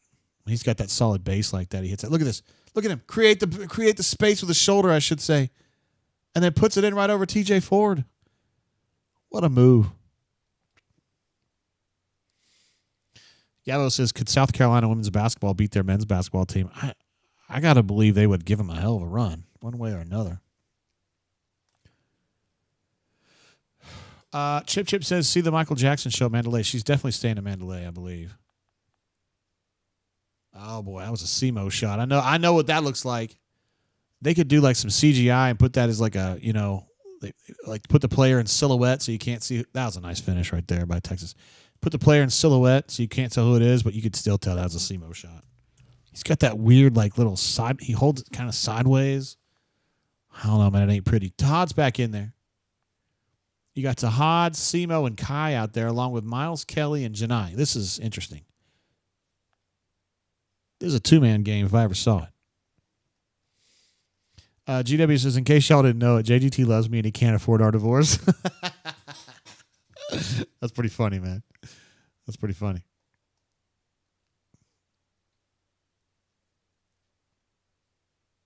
You better watch it, though, man. You're pushing it with the Raiders.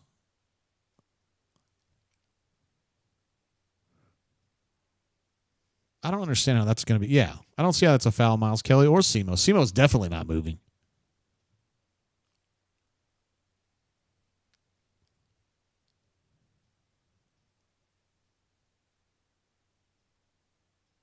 Kanuman is here. What's up, bro? Glad to have Kanuman. There's no doubt. A lot of Kanuman. He's a good one. He's pretty good. Wow, I thought Auburn would win this game by 11-13. I don't know. Looking like they're going to have a little bit more on that one. Not salty. He knows where that's coming from. He knows where that's coming from. He's heard the Beasties a time or two in his life. Wow, it looks like Chris M. and Ephesians may be the same person, considering they posted the exact same comment at the exact same time. That's crazy. I haven't seen that happen before. And we've done a lot of chatting in the history of the brain drain. That's for damn sure. Kanuman says, been here the entire game. How did I miss you? Maybe you're just being quiet and waiting for that perfect time to snipe, to get in there with that perfectly timed Kanuman statement. That little nugget of insight. Haven't been to Walt Disney World lately. I need to go and try to go around the world again at Epcot. 2 laps this time. I made it one full lap, and I got to either Great Britain. I think I got through Canada, got to Great Britain, and wasn't going to finish. I'm not a big beer drinker, guys. Not Salty says, wore the tape out, Brother Jay. I don't know that I wore a Beastie tape out. I definitely wore out NWA's first record. I wore that one out. I wore out Dire Straits' Brothers in Arms. I can literally remember seeing like how it had like brown dust in there.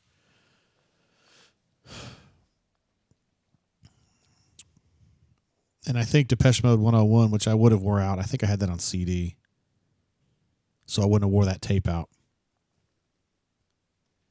Sam 8 says, just left. By the way, that was the gold record I was trying to get, was Depeche Mode 101. I felt like I would get the gold record of the record that I've listened to the most in my life, which would be one of 3 records. Depeche Mode 101, a Rush, Show of Hands, or Delicate Sound of Thunder by Pink Floyd. I've listened to those 3 more than anything. D Lucky says, Beatles show is closed up. And D Lucky would know because he's been there recently. Mirage is physically no more. So, yeah, if Courtney tells me she's going to the Mirage, I need to ask more questions. How about that? Poppy Clan says, In Excess. Is that a reference to a record that you listen to a bunch? Kick, probably. That was a great one. About 86, maybe? 86-ish. Need You Tonight, Suicide Blonde, Never Tear Us Apart. Could have pretty good there. Not Salty says Brothers in Arms was amazing. I think I got that tape in the Beasties via Columbia House. My man, people of a certain age understand that reference. And no, I never paid them LOL. I was about to ask you, how much did you pay for that? 1 penny? Yeah. Actually, my wifey, when I first met her, was in the throes of a Columbia House stash. I mean, she was like, she'd ordered like a bunch of shit off Columbia House. I was like, people still do that? This was like 92. I think she was kind of late to the party. T Park says Depeche Mode is fire. I absolutely love Depeche Mode. Absolutely love them. Unfortunately, like the crowd, the last Depeche Mode show I went to, it's going to be the last Depeche Mode show. I mean, well, with Fletch dead now, they're not going to probably do much, but I've seen enough. It's not my scene anymore. It was my scene in 88 to 93, but it ain't now. It ain't now. Listen to this, man. GW says JDT has a Bertie Higgins playlist on Spotify. How dare you?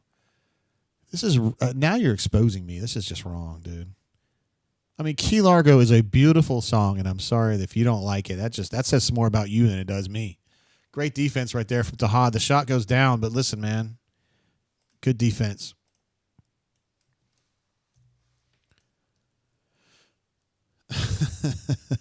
Midnight Oil, outstanding. One of the part of that Australian invasion of the late 80s. It was them and like Hoodoo Gurus. I think In Excess was from Australia as well, I think. Men at Work was probably breaking them in the first time in 83-ish, maybe. T-Park says, my oldest brother got me into them as a kid. God, they were so good back then, T-Park. I know you're younger than me, though, so I don't know exactly what era you were jumping into, but like Music for the Masses and Violator for me, which is like 87 and 90. So good, man. Looks like Frank's getting a little anxious. He'd like to see a bucket here just to make sure Auburn retains, control of the game. I mean, Auburn's up 15, but Chaney's going to shoot 3. And no, he's not. He's going to pass on it. Good. Now, see, when Janai gets double teamed, he doesn't get any movement away from it. Yeah, that's exactly what he's saying. If I'm getting double teamed, you guys got to cut to the bucket. You can't just stand there and watch me. Let's see. Not Salty says they might be giants. Dude, Chip's going to see them. I'm jelly. I would love to see them. Beasties, Dire Straits, In Excess, Van Halen. I love Van Halen. Hoodoo Gurus. All came through Columbia House. I love me some Van Halen.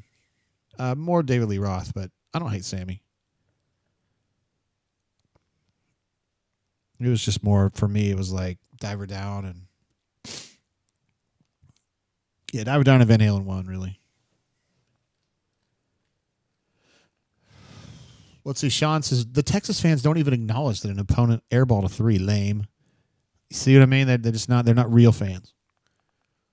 Plus, they don't do these step, sit down, you suck either, which, only Blue Bloods do. Nice defense right there from Tahad, anticipating that pass and deflecting it out of bounds. That deflection is going to net nothing. However, the next time it may deflect the ball to a teammate. It's just good effort. Sam H. asks how much time is left. Just over 10 minutes to go. So we're almost 3/4 of the way through the game. Auburn is up 15 at this point. Number one has been really the one player that's been a problem today. His quickness with the ball in his hand off the dribble has been a problem. It's unusual that you even see a player who's quick enough off the ball like that to beat Tahad. You don't see that very often, but we're seeing that a little bit tonight because Tahad is very, very quick. Chip says he saw they might be giants in the early 2000s in New Orleans. Also, Beasties at Lollapalooza 93. That is really getting started early there. Bianoba was there too. Lollapalooza 93, man. I bet that was an absolute gas right there, bro. Wow.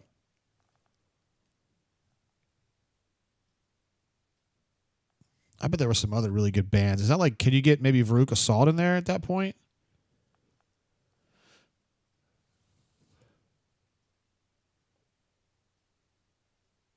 I think I would be really happy at Lollapalooza watching, yeah. I mean, we would never see They Might Be Giants at Lollapalooza anymore, but I don't know, maybe like these days, like see the Hold Steady at Lollapalooza. That would be fun. I don't know if there's a song I like singing more out loud, like just hollering it, than the song Chips Ahoy by the Hold Steady. It's about horse racing, so me and Cassidy P would really dig that one. Well, I mean, it's really about a girl, but she likes to bet on the ponies, and yeah, that's a fun song to sing. It's America's Greatest Bar Band.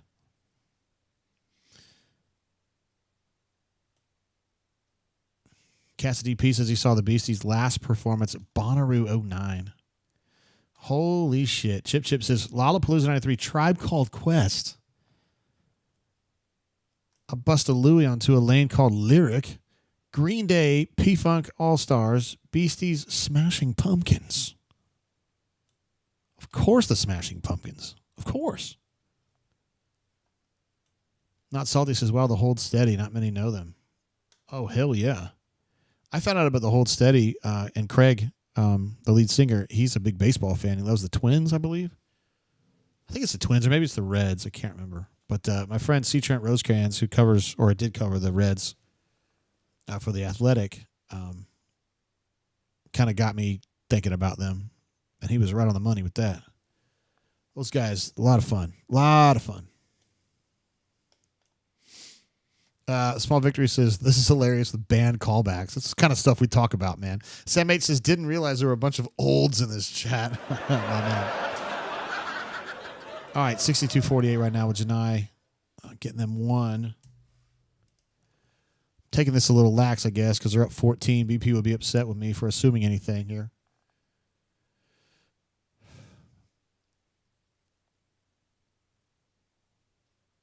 That shot's not going to go. That shot went. All right, 51-62. I mean, still got themselves a nice cushion here, but got to get going a little bit. This old dude, number 6, has 23 points, it says.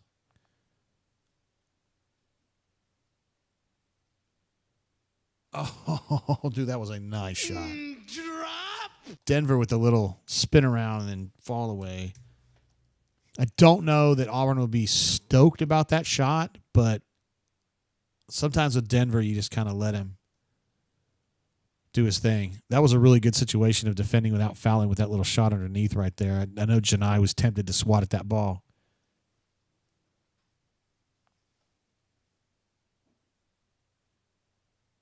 I don't love that shot.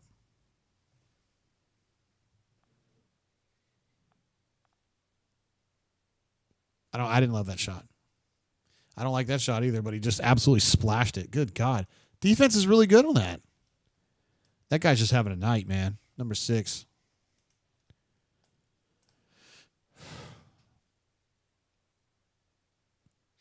Let's see. Cassidy P wants to know if Dylan is on a pitch count, but I don't. Is him not being out there a problem right now? I think it's more like guards.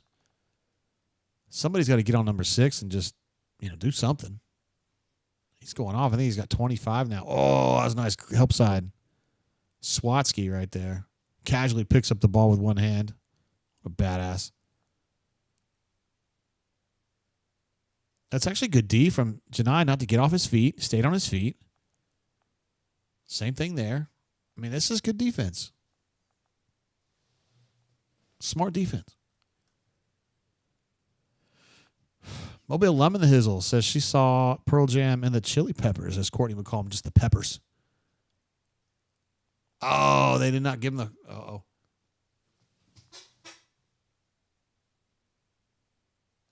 So I thought Auburn got away with one on the other end, and then I definitely think Texas got away with one with Tahad going up for the dunk. And Tahad doesn't like the dunk very much, so normally that would be a layup for him, but I think he felt the pressure and thought, I'm going to jam this. And Coloma said, no, I don't think so. The Auburn bench was not bitching about that non-call, so maybe I overestimated that one.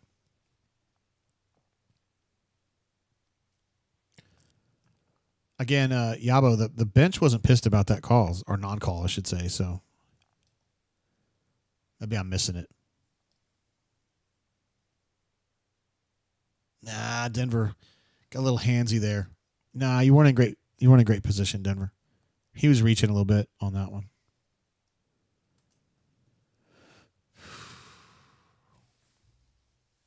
Reaching a little bit on that one. 64-53 with 8 minutes to go. And we'll probably go back to full stats at this next timeout, which is coming probably after the next possession.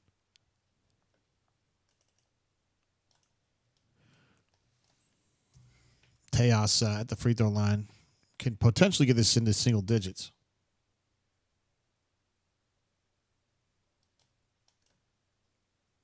Yeah, Yabo, I'm with you, bro. Yabo was making a comment that they're kind of just letting them play both directions. There's been a bunch of plays at the line, driving that I thought would have been fouls. Hayden jumps in with a super chat. My man says, any league win on the road is impressive. Wardham Eagle, JGT. Hayden, easy, buddy. There's still some work to be done here. But, yeah, it would be awesome. Being able to get road wins is huge when you're going for a title like Auburn is right now. Chad Bacon Lasagna doing his thing, man. Particularly going to his left. He shoots actually really well with his right, too, but he's good to his left, too. That's his dominant hand for sure. 66-55 on a counting clock, now under 8. More good defense from Denver. Did not get off his feet until it was an appropriate time. And Chad Bacon Lasagna comes down with a big rebound there. Big defensive rebound. Technically, I guess the ball hit Janai first, but Chad was able to gather it. I thought Chad should have passed the ball. There's Dylan Cassidy P's back in there with a nice offensive rebound, or at least a good effort to get it, to help Janai get it. Miles Kelly.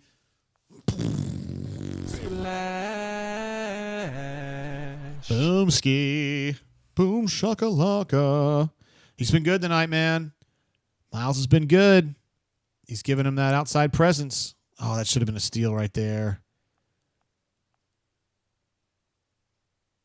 I think Miles was so focused on his positioning that he didn't stick his hand out to actually snatch that ball. Great pump fake right there. That's a guy who's played a lot of minutes. That's something that Tahad needs to work on, and he's had opportunities to do that, and he doesn't do it. That's something that Miles does to disrupt that defensive pace, I guess, the way you progress through your positioning defensively, and just completely threw him off there. So, good stuff there from Miles Kelly, and definitely a veteran move from a guy who is 100% a veteran. Let's take a look at some of these stats. I'm going to get some fresh hot stats coming your way.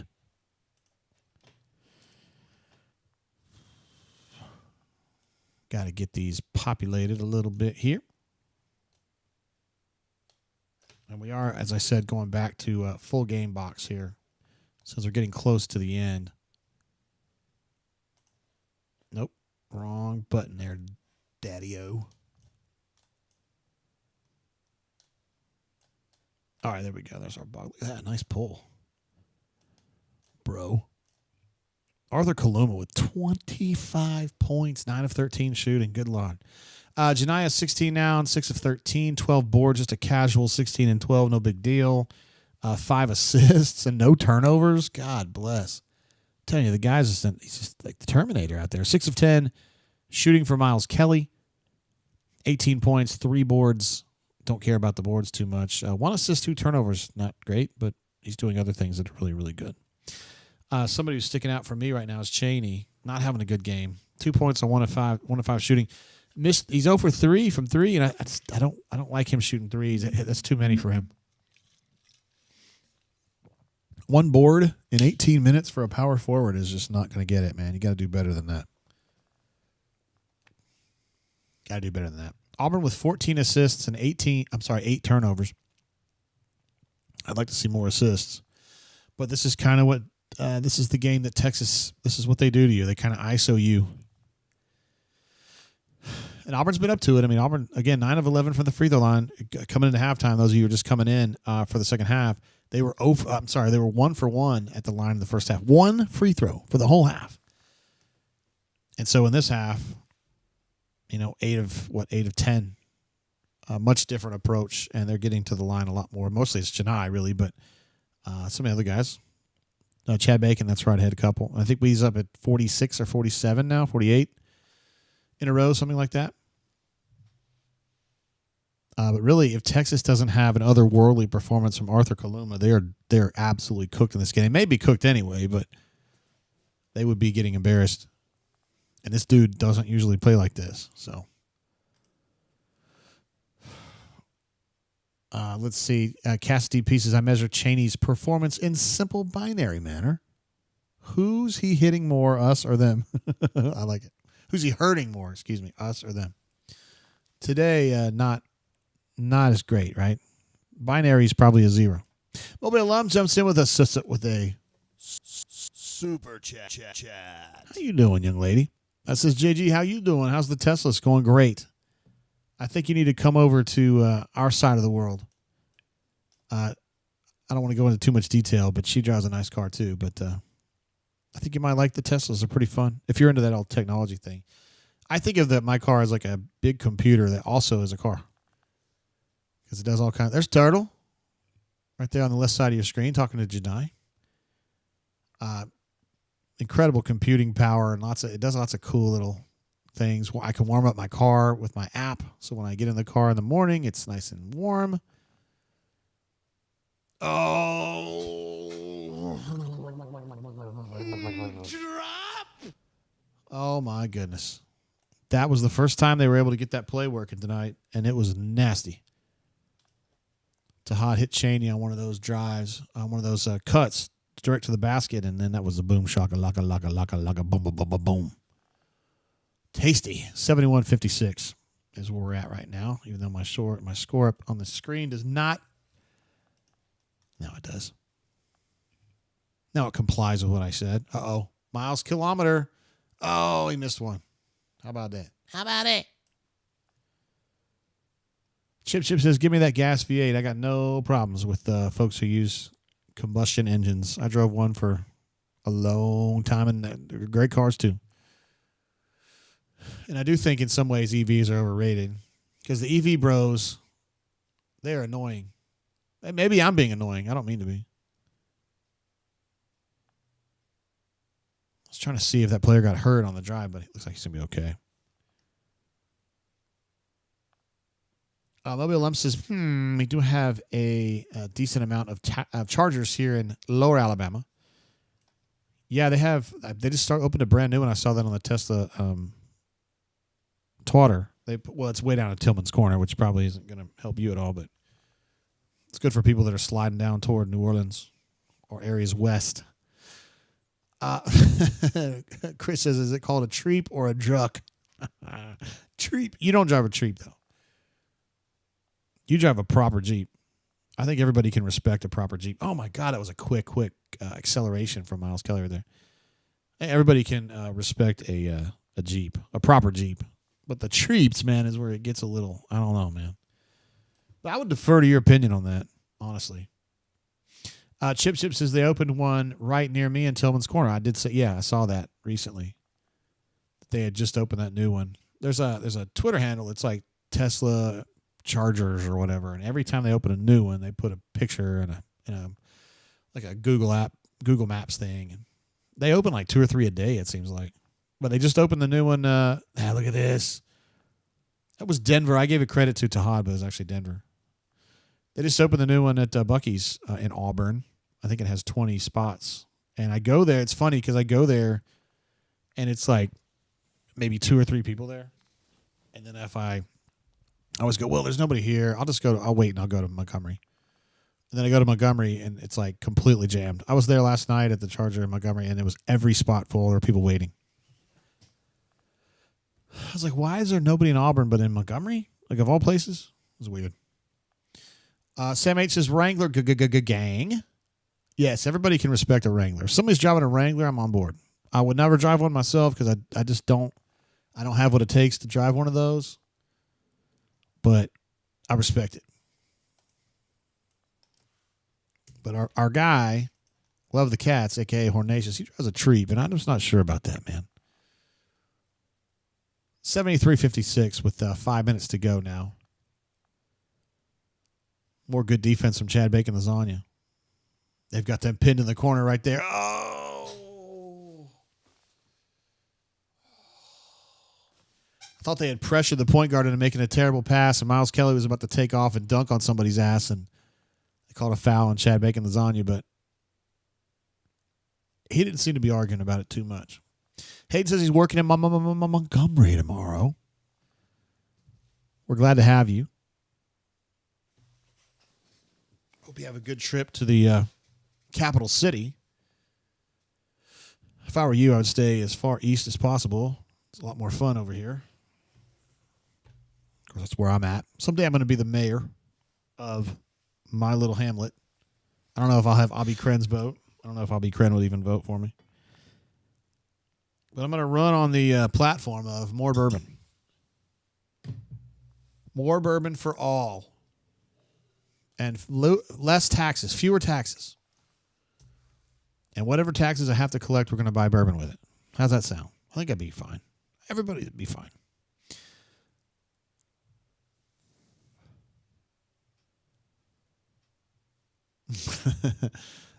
Let's see. Chris M says, I replaced the Wrangler decal on ours and mixed the letters to spell War Eagle. That's very clever. That is very on brand for you. That's pretty cool. Hey, seriously, Chris M, how many miles does CJ have on his vessel? Auburn says, everyone gets a pug. As a father or owner, however you want to talk about it, of a pug, our third pug. I love pugs. Big fan, as you guys know. Maverick is our current pug. Pug. Doug Pug was our first one, then Howard or Howie, and then young Mav, who's I think 6 now. We bought him right before COVID hit. He's actually a Mississippi pug. Eric G, my man, how you doing, bro? Good to see you in here. Says, you got my vote, JGT. Hashtag more bourbon. Yes, sir. More bourbon is more better. That's what I feel. How I feel about it. And 50 straight. Sean is keeping up. That's 50 straight free throws made in a row for Chad. This is going to be an interesting finish. So the big story, for ESPN and for whatever they're going to be writing about is going to be Bruce Pearl becoming the all-time win leader in Auburn history, surpassing Joel Eves. I'm not sure how I feel about that, honestly. I mean, Bruce has definitely deserved it, but Joel Eves is, he's a stud too, man. I don't know. BP did some great work, though, because Auburn was bad when he showed up. Bad.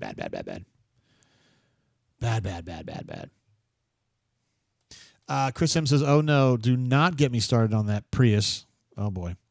AU256, are we ever getting the bourbon blend back online? So here's where we're at on that one. The story on that was we used to do that show at my mom's house, even after she wasn't living there, and then she passed away. But we ended up selling that house for reasons that are obvious if you've ever been in that situation, because we had to pay. I mean, just keeping that house, lit and warmed up and all that kind of stuff cost money, and it was just a waste. So anyway, we don't have the house anymore. We don't have a place to tape, really. So I tape here, and we got 2 bedrooms up here. But, I mean, people sleep in there, like our friends that come by and see us and stuff. So Maddie gave us permission.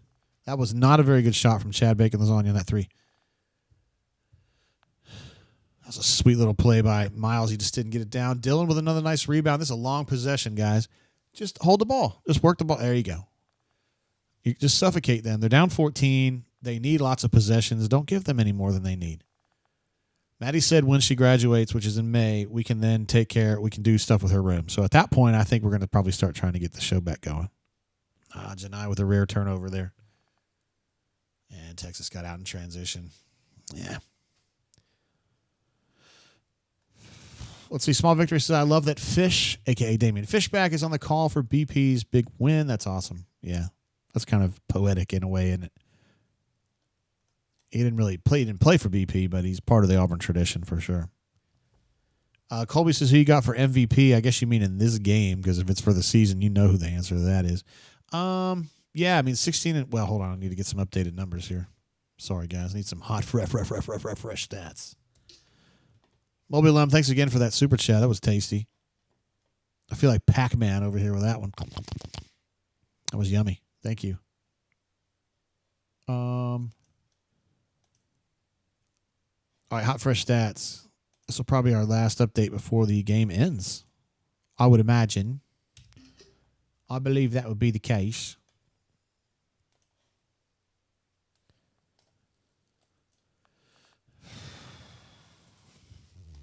Hot, fresh stats. Auburn 13 to 15 from the line. That's nice. Kanuma says, can y'all make a makeshift studio in your drain room? Maybe switch a few things out and shoot from a different angle. We've thought about that. See, Courtney thinks we can, and I'm the one who keeps saying, no, you can't do that. This is the drain room. This is where we do the drain. And if you want to do the bourbon show, we got to have a different room for that. She's like, I'm going to whatever. I mean, we could just take over Maddie's bedroom and do it in there. We've already kind of talked about the layout and stuff, and certainly we've already got the equipment. So, although if we do the Tesla show we do like the Tesla trip thing, and we're going to have to use the camera for that too. So we'll have to learn how to switch it in and out. Anyway, 13 of 15 from the free throw line for Auburn. This game is great. Again, they were 1 of 1 at halftime, so they've really picked it up from there. And Cassidy P will be very satisfied to know that Auburn's recruiting deficit is now a rebounding deficit is now a rebounding surplus. Although surplus is probably not the word I'm looking for. How about we just call it an advantage? 9, they're plus 9 rebounding. That's terrific. 15 assists and 9 turnovers. 9 turnovers is a lot for Auburn. Desperado says, where do you get these plus-minus numbers from? That's formulated by, I'm trusting Stat Broadcast to get that correct, but it's a measure of like how many points Auburn scores more than Texas when that player's on the floor. So if Auburn is up 4 points and Dylan checks in and he plays 3 minutes, and when he checks out, Auburn is up 8 points, then he gets a +4 on that. It can be a useful number on a series of games. I think it's just a little bit useful in an actual game, in one game, because Auburn is better, is scored a lot more points than Texas. I got Texas at 58. I'm sorry, they're at 63. So you would expect Auburn to be plus in the plus-minus. I don't know. You need to see this over like a 5-game period or a 10-game period for it to be useful. No. He's actually asking about what site has them.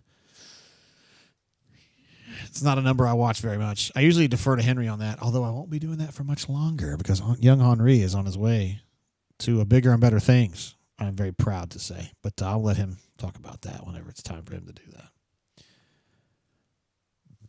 Dark Side in the house. What's up, bro? This is JG. Good work. Much love. Appreciate you, bro. Thank you very much for being here with me tonight and being part of the crew, part of the Drain crew.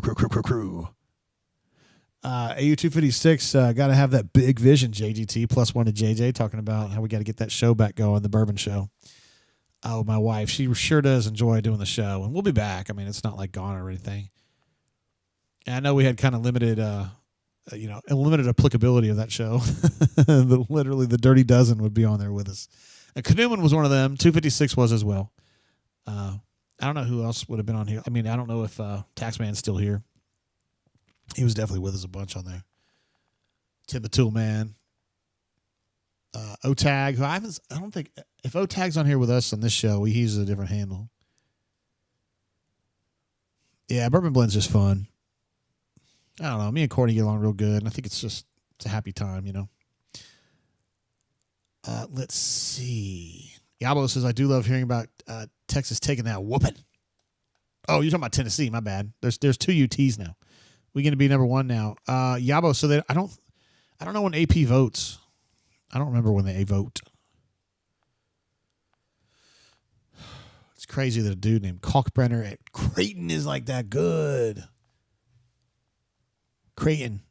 People at Creighton, people in Omaha think that they're, they think of them as themselves as the blue blood, I think. Creighton does. No Trey Alexander anymore, though.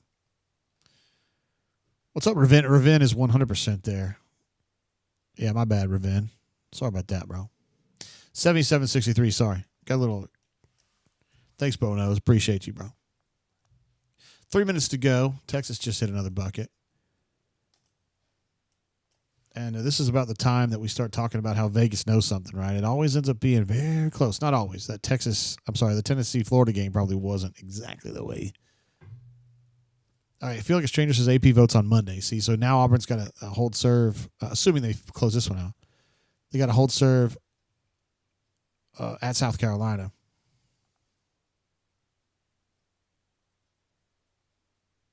My man Dean Atlanta saying I got to stay on speaking. Oh, nice bucket there from Texas. Got to stay on speaking terms with my host. She's going to be fine. We've had this conversation many times. Yeah, Frank, I hear you, bro. Got to hold the phone on that. It's getting a little tighter here. This is the first time they've been under 10 in a minute. I think it's probably been late first half. Oh, was he trying to talk a little something?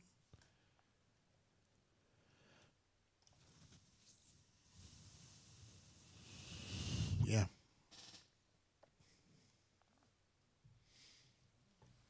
Texas have been pretty resilient here in the second half.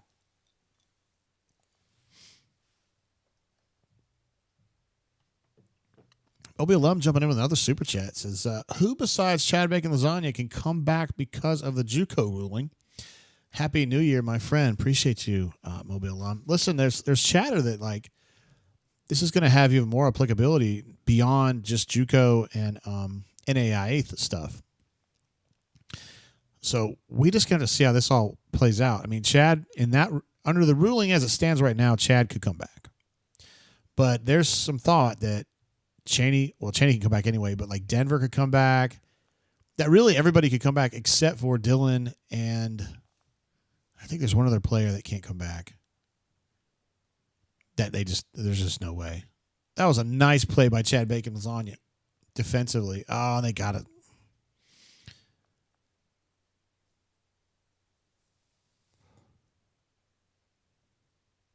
Man, what a weird little deal there.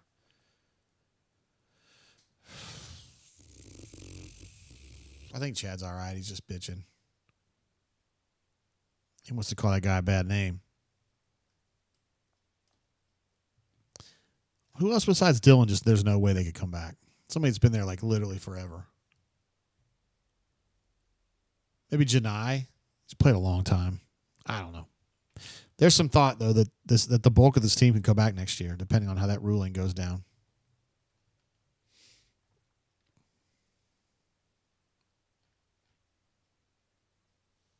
I think it's a hook and hold too, Wizard. I think it is 100%. He's literally hooking him at the finish. I mean, he's on the ground hooking him.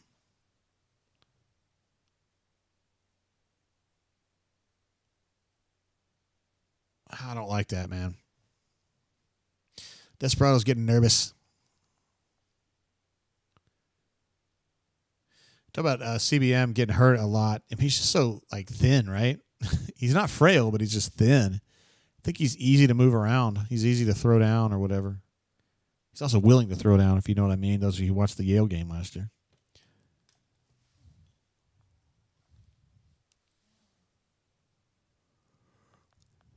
Bears to interview Pete Carroll. Holy cow, man.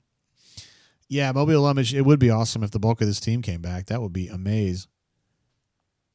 Because I keep thinking they're going to have to do so much work in the portal next year, right? Because technically the only piece of people that are coming back would be Kai and Tahad. And I even had my thoughts about Kai coming back. So could it only be Tahad? I mean, it's possible. I think Auburn has a great season. I think Auburn could still pull in a bunch of dudes in the portal, but you're going to have to be really, really precise and hit things exactly right, to make that work. With so many guys leaving. I mean, with this team right here, all you needed was like a couple shooters, right? And so they went out and got Miles, who's like been perfect for them.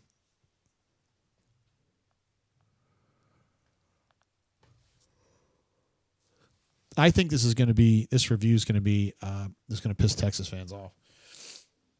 That's my opinion. Yabo says, why would Kai not come back? Yeah, I don't know.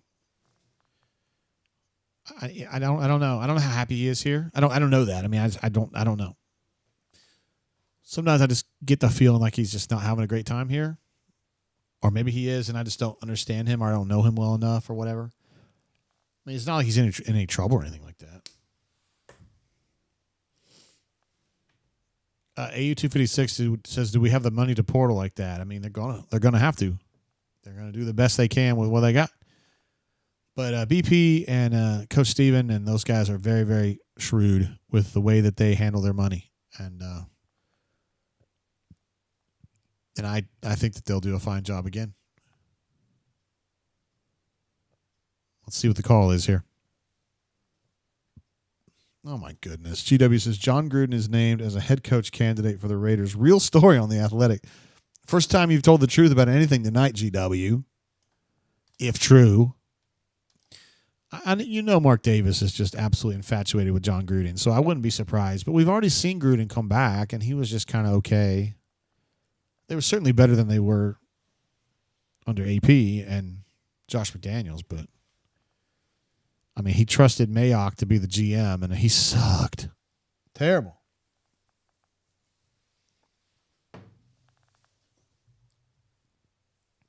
Terrible. I hate when this just keeps going on and on and on and on. Just adjudicate this and let's get on with it.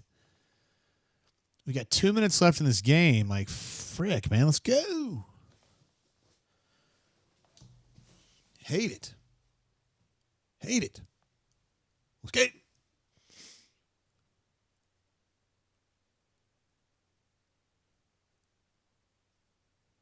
Do it. Here we go. Gonna give him more free throws.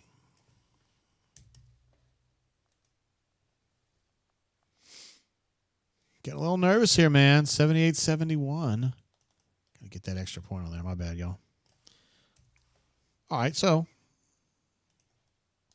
Chad Bacon gets his free throw as well, and he hits it. And he kind of has. He's an awesome free throw shooter, obviously, but the way he hangs there sometimes makes me nervous. I'll wait for this next free throw, and then we'll either add it or won't.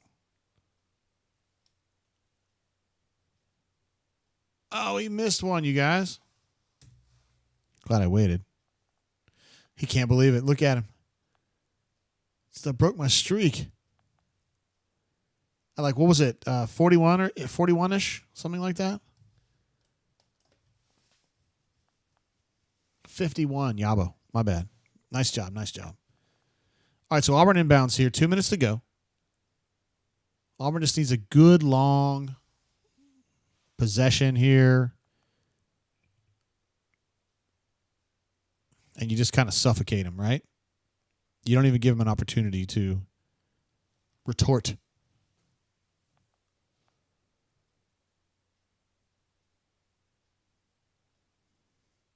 There's an idea. Give it to Janai. I like it. Janai felt like he got slapped in the face. Oh. I'm going to give him a drop on that one. Drop? I didn't think he was going to hit that. I thought he was kind of taking that shot out of anger, and then he just splashes it, and he's still complaining about getting popped in the face.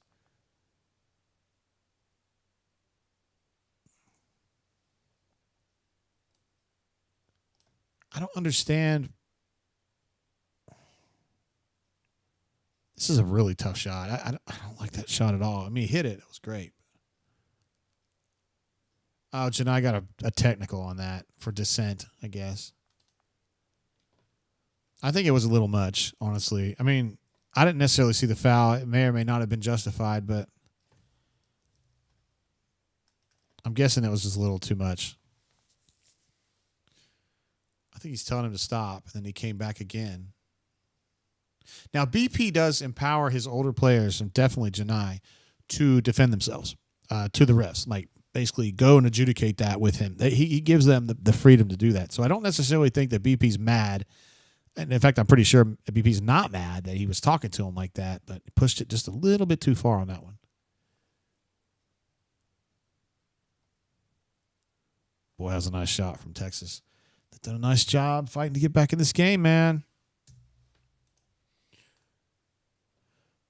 Yabo says he smacked Janai right in the forehead. I didn't see that. But that's not. I'm not saying that you got it wrong. I just didn't. I was looking at something else. Anyway, Chad Bacon Lasagna drives down the lane and gets an easy 2, so kind of quells it for the moment. And then Texas goes down there and hits another one. Was that number 6 again?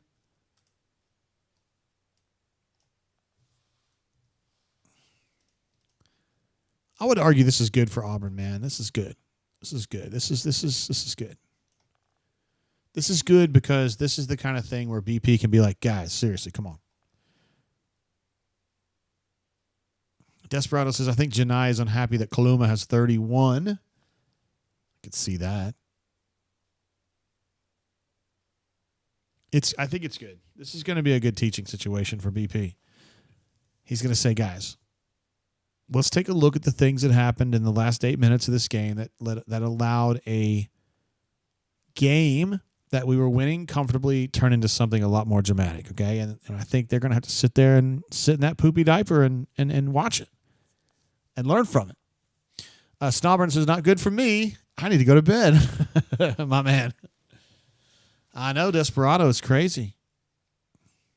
A very close game. It's become a close game. I think Auburn at its best was up 20-ish. Something in that range.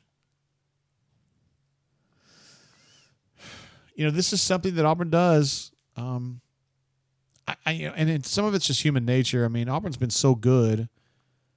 You just kind of get into, you just can't, as a team, even a great one like the Auburn team, you can't go balls to the wall all the time. You kind of have to burn and conserve a little bit. But Auburn does have a tendency to kind of get up big and then just kind of let off a little much.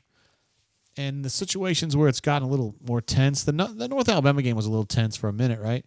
Auburn just can outdo them, But Texas is just they're a good team. They got good athletes and they got good basketball players and they can do stuff. Oh, Denver. A pretty crucial turnover right there. They're not going to hit that three, though. That's going to be Texas ball, I think.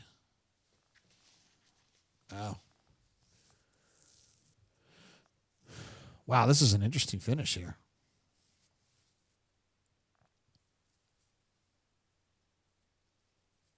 Yeah, Carter thinks Janai's getting frustrated by getting basically slapped in the face and not getting calls.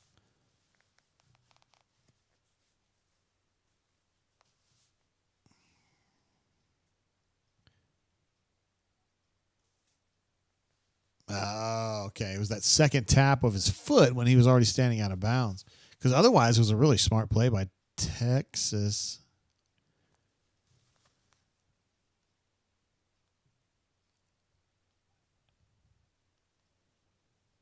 I think that's the right call, guys. I think the call should be Auburn ball because of his trailing leg kind of knocked the ball out of bounds.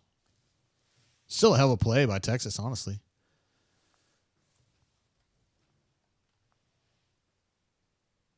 Let me see what the numbers are for number 6. He has absolutely been a mess tonight. He's killing him.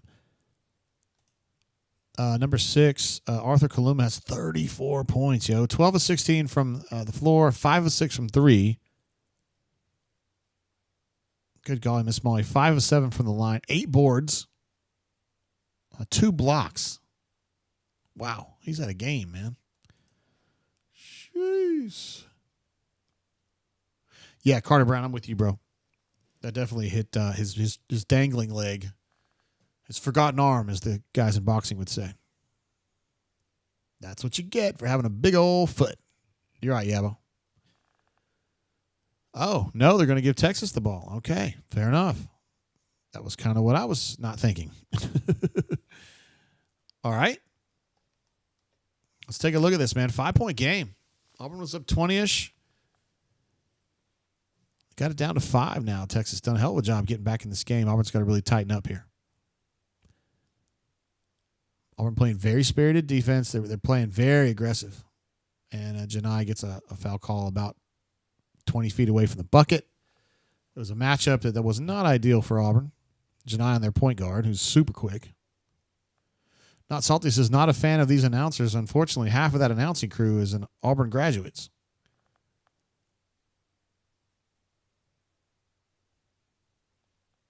Can't really blame them for being Bammers at this point, you know what I mean? All right, so Texas goes to the line on that foul by Janai at the three-point line. It was not a three-point shooting foul, but it was out there pretty far away from the bucket. But Janai was in a tough spot there. That point guard's quick. And Janai's not going to be in a situation to be able to defend that very effectively. Down to 4 points, guys. 33 seconds to go. Canoeman says, love Fish. He has good people there. Is no doubt. Fish is definitely good people. All right, so Texas hits the free throws. It's down to 3 points. Auburn's got possession. 33 seconds to go. Brandon says, getting boxed in the corner. Trying to break that press was moronic. It was not great. And I thought that Denver did make a great pass there. Probably should have thrown it a little deeper. Throwing it across court short was not a good idea. But anyway, here we go. 18 seconds ago, just got a foul. Denver's a good guy to have at the line because he's a pretty good free throw shooter. I would argue that this is good, though. I mean, it's bad that you've given up a 20-point lead and it's gotten this close, but I think it's good for Auburn to have To have to learn, like, hey, man, you're taking stuff for granted. You're conserving too much. You got to learn how to put that foot down and get back going full speed, you know. Carter not happy with Fish. This Fish is a joke tonight. Wow, how about that? Denver hits the first.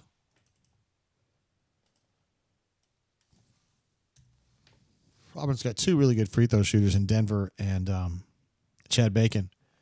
And, yeah, if you got those guys at the line, you feel pretty good about their chances. There's no doubt about that. Pretty big. And Denver hits them both easily right down the middle. So 85-80 with 17 seconds to go.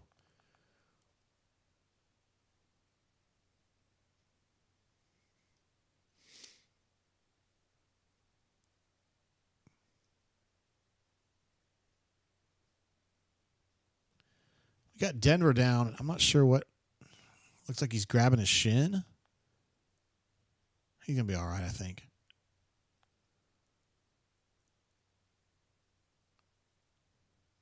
Well, Chad called for a trainer to come over pretty quick, and I was like, uh-oh, and then looks like he's going to be okay.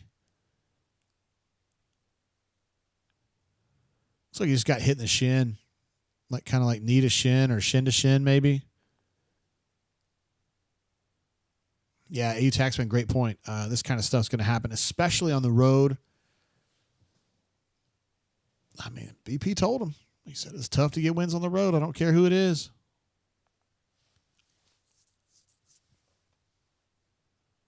Yeah, knee to knee or shin to shin, whatever you want to call that. I think Wizard D, I'm with you on that. So Texas gets a couple free throw attempts here. Hits the first. We're still looking at 11 seconds to go. Can you hear me knocking? Little Rolling Stones there for you. Sam H. Can you hear my shin knocking? 85-82. How about that? 3-point game. Auburn's going to have possession with 11 seconds to go. You try to get that ball probably in Denver or Chad Bacon Lasagna's hands. Two guys that shoot over 90% from the free throw line. But really, most everybody. Well, that's a great question, Chris. How come this shiz never happens to us in Neville? I think it's the difference between playing at home and playing on the road. I think that's what it is. I mean, Texas is a talented team. I just sometimes, you know, they looked, particularly at Texas A&M game where they were playing on the road, it just looked like a team that when it was time to really fall back on their strategy and what they do well, they didn't do it. But in this game, I mean, they played some really good basketball the last 7 or 8 minutes. Yabo says, well, 95% of this game was pretty pleasant and peaceful. Just a little stress now. Yes. Desperado says he can't breathe. And Colby says Texas is underrated. Texas is a very talented team. They have good basketball players. I sometimes wonder if they had a really good coach, you know, like if they'd be a real problem. There's Larry.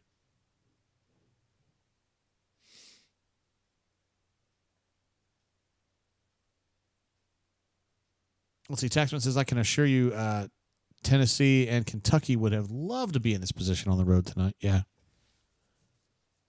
That's one way to put it. Okay, so Tahad's going to be the one at the line here with 6 seconds to go. There he is. What's up, Ben? Ben jumps in with a super chat. Say, I don't see this team losing on the road by 30 like Tennessee. Oh, I definitely don't see that. But I would have said that about Tennessee before tonight. Tahad hit the free throw. I wish I could have seen more of that game to understand, because when I showed up as a viewer, it was already trouble. It was already FUBAR for Tennessee. I don't know how they got in that situation. I have to go back and take a look at that. Tahad hit his first one. Tahad hit his second one. So Auburn's been great at the line here down the stretch. And that's going to ultimately preserve what looked like it was going to be a straightforward win. Ended up being a dogfight. I don't necessarily think BP's going to be mad about that. He's going to be he'll be mad about it behind closed doors. And Chad Bacon Lasagna gets the final rebound of the game and finishes it off 87-82 as they do the post-game handshakes. BP says, good game, good game, good game, good game, good game, good game, good game, good game, good game. And so that is how it ends. 87-82. The Auburn Tigers get up to 14-1. And they're in good position if they win at South Carolina, which is kind of like the worst team in the league, but they got to play at South Carolina. That's, again, you play on the road, man. You've got to stay, you got to mind your P's and Q's, because if you give home teams an opportunity to jump back into games, they will definitely jump through that hoop. They'll do what they got to do. And we go live to Loyola Marymount and St. Mary's from the West Coast. The Auburn Tigers victorious, but not in a real convincing way. It is convincing in some ways. You score 87 points on the road, you feel pretty damn good. Okay? 29-61 from the floor. Not bad. 8 of 21 from 3. That's good. 21 of 25 from the line. Guys, they were 1 of 1 from the free throw line at the halftime. So they come out in the second half and go 20 of 24. I mean, that's big. They have the ability to kind of throw the clutch down, change gears, and let it go. So that's great. That's a great strategic adjustment from a team that, at this level, this kind of experience, this kind of age, should be able to do that. That's good. So that's on the plus side. Also, as Cassidy P would say, rebounding. Key. 37-30 in the favor of the Auburn Tigers, which was not in the favor of the Auburn Tigers at halftime, so they turned that around. But a couple numbers do concern me here. 15 assists, which isn't bad. It's a little low for Auburn compared to 29 field goals. But 15 assists and 10 turnovers is a lot. You don't like to see Auburn in the double-digit turnovers. I know a lot of teams don't care. They give up 10, 12, 15 turnovers, and it's not a big deal, but this team doesn't do that very much. So 10 turnovers to me is crazy. That's too many.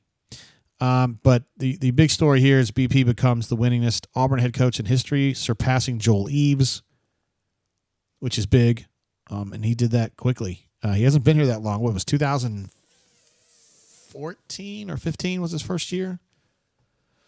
14, I guess. And so he's done that very quickly. Obviously, he's brought Auburn to unprecedented success, and I think we would all agree one of the greatest hires in the history of Auburn athletics.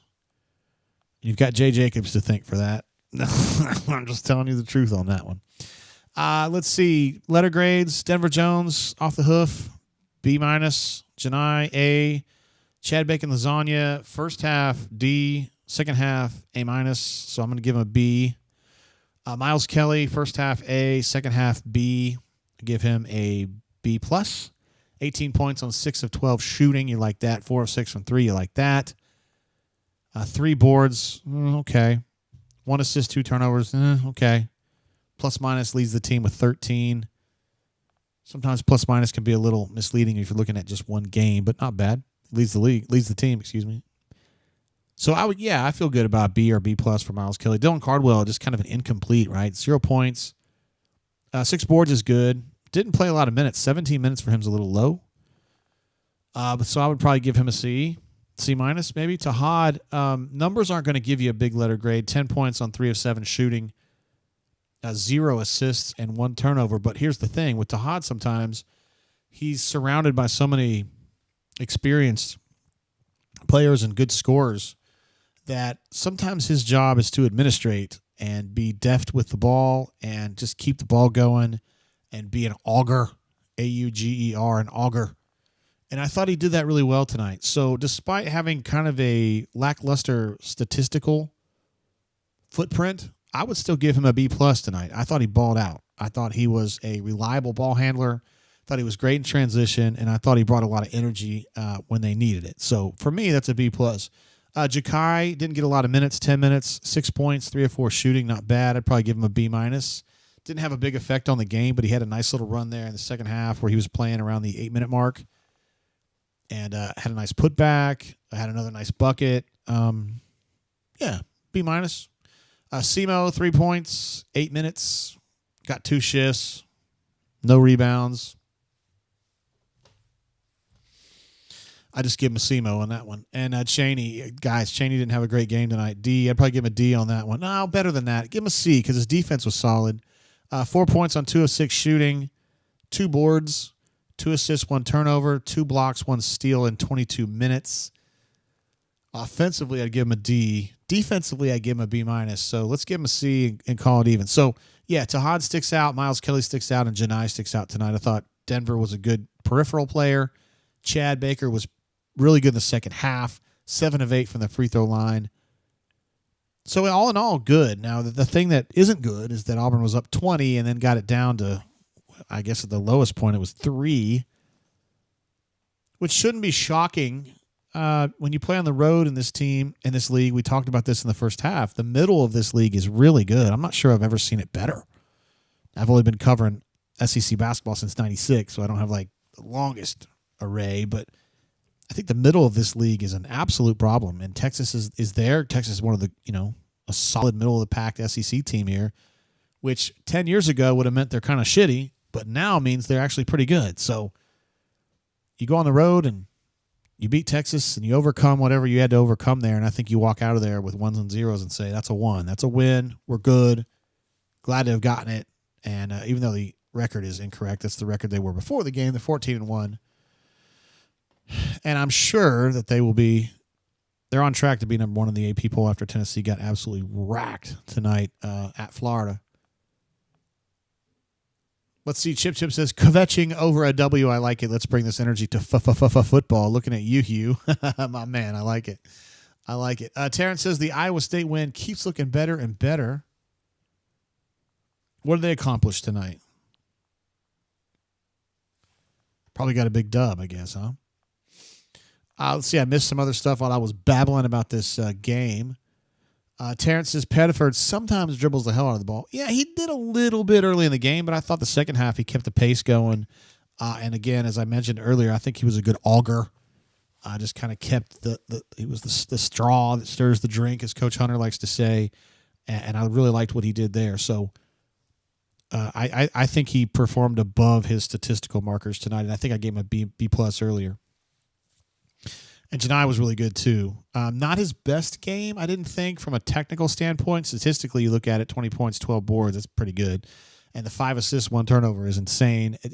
He is so good that I think we watch him sometimes and we take for granted just how polished he is as a player, and particularly his passing is so good for a power forward or a 5, depending on whatever he's deployed at the moment. So also played 36 minutes. He's getting into Tez Robertson territory there. The guy used to play 39 or 40 minutes at point guard for the Auburn Tigers back in the day. Canoeman says, J-Head, is he on standby for a call?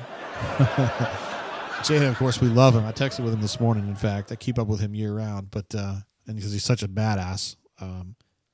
Typically more of a football guy, right? He pays close attention to basketball, too, because he loves the Auburn Tigers, but I was talking to him earlier today about football.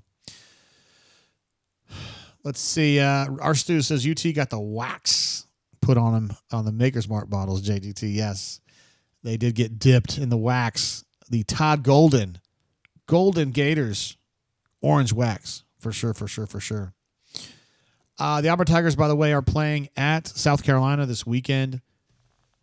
South Carolina is probably the worst team in the league, and they're not awful. They're just not great, but they're not dog water. The trick there is going to be weather. For those of you, I don't know where you guys are at geographically, but like our friend Mobile Lum, probably not as worried about this. Chip, the same thing. But the weather line is going to be, there's some nasty weather coming Friday. I think in Montgomery we're going to be all right, but our friends that are in Birmingham and maybe even up toward Madison into Nashville, I think you guys are going to get some ice, some snow. I think the weather's going to be inclement. And I wonder a little bit if that's going to affect Auburn's travel plans, getting to Columbia. Terrence notes that LSU is pretty bad, too. Yeah, they're definitely not fighting for a title this year. That's what happens when you fire your good coach, though, right? Small Victories reminds us that he does live in South Carolina, and he is going to be going to this game, so I don't know what you guys are going to be facing. Stu Pep says Chattanooga's looking at 3 inches Friday, which probably in Chattanooga is doable, right? I mean, for Montgomery, right, we don't even have a snowplow, so like 2 inches is going to send a panic through everybody. I don't even think we'll get 2 inches, but down here, we're not prepared for that. In Chattanooga, they might be prepared for that. So, 3 inches in Chattanooga may be nothing. I know in Lexington, when I lived there in the 90s, 5 or 6 inches, they could handle that. They had the plows and the salt. They could make that work. But we'll just see what happens. Ravin says, is it just me or does our offense not feel very fluid at times? Plays so much better when the ball is moving around without tons of dribbling. Yes. Auburn is best when they're passing with tempo. And they do that a lot. The thing is that Texas has some great athletes who play great individual defense, and that mucked up Auburn's passing game tonight, honestly. And they had to rely, Auburn did, more on individual or ISO concepts. And it slowed them down a little bit. But at the end of the day, I mean, they scored 87. I think they were wise to make the decision to actually try to attack the basket more in the second half and get to the line. Again, I can't emphasize enough. 1 of 1 from the free throw line at halftime. They were 1 of 1, and they finished 21 of 25. A seismic change in the way that they were attacking Texas after halftime, and it worked beautifully. And I think that if they hadn't made that adjustment, I'm not sure it would have worked out, to be honest with you. Terrence says, JGT, 3 inches of snow ain't nothing up in New York. I can see that. It was 12 degrees today here. Oh, my God. We haven't seen 12 degrees. I don't know if I've ever seen 12 degrees here. It was literally down, like the day after the national championship game in 2010, I think it was down to like 33, and they closed school here just because it was cold. It was like sunny. Small Time Republic says Tanner Burns to Texas State. That is true. I actually have a video up right now on the channel that addresses, well, it's about Rock Bellantoni getting hired today, but it also talks about Tanner Burns and kind of what was going on there. Those of you who watch the videos that I do know that I was confused, I guess is the word I should use, about what was his job going to be. Talking about Tanner Burns, he had kind of a down year, I think, as a special teams coordinator, and then he was wanting to get a title, and they were kind of like provisionally giving him a title, like defensive assistant or some kind of on-the-field coach, and I was like, what? And I was just confused about what was going on there, but now it's all straightened out. He was basically playing for a move to Texas State and used that as leverage, and that's fine. I mean, maybe Hugh might have been totally fine with that and said, hey, man, go out and get yours. That's cool with me. Looks like Stu Pup's going to bounce now. He's got work in the morning, like most of us do. Maybe not me as much because I work for you guys. But, sometimes you got to do what you got to do. Let's see what else I'm missing here. Terrence, you're not the only one, I think. Well, I don't know exactly where Runner 24 is at. I think he's in New York, though. Chip says currently 8 degrees Fahrenheit in Yellowstone National Park. That does not sound like a place I want to be hanging. Ravin says, did they give him a title so Texas State could validate the hire? It looks that way. It looks that way to me, Ravin. I mean, it looks that way to me. So that's a great question. And I think, I don't know, to me it's kind of like like in college, sometimes you bullshit for your homeboys, like to hook them up or to just be a good wingman. And maybe that's kind of what Hugh was saying. Maybe he was thinking to himself, okay, this guy's not going to be part of our future plan. He ain't going to be a coordinator here or nothing. So let's just do what we can do to help him get a better job. It's all good. It's all good. Ravin says, Chip, are you in Yellowstone, meaning Yellowstone, or do you just have an app?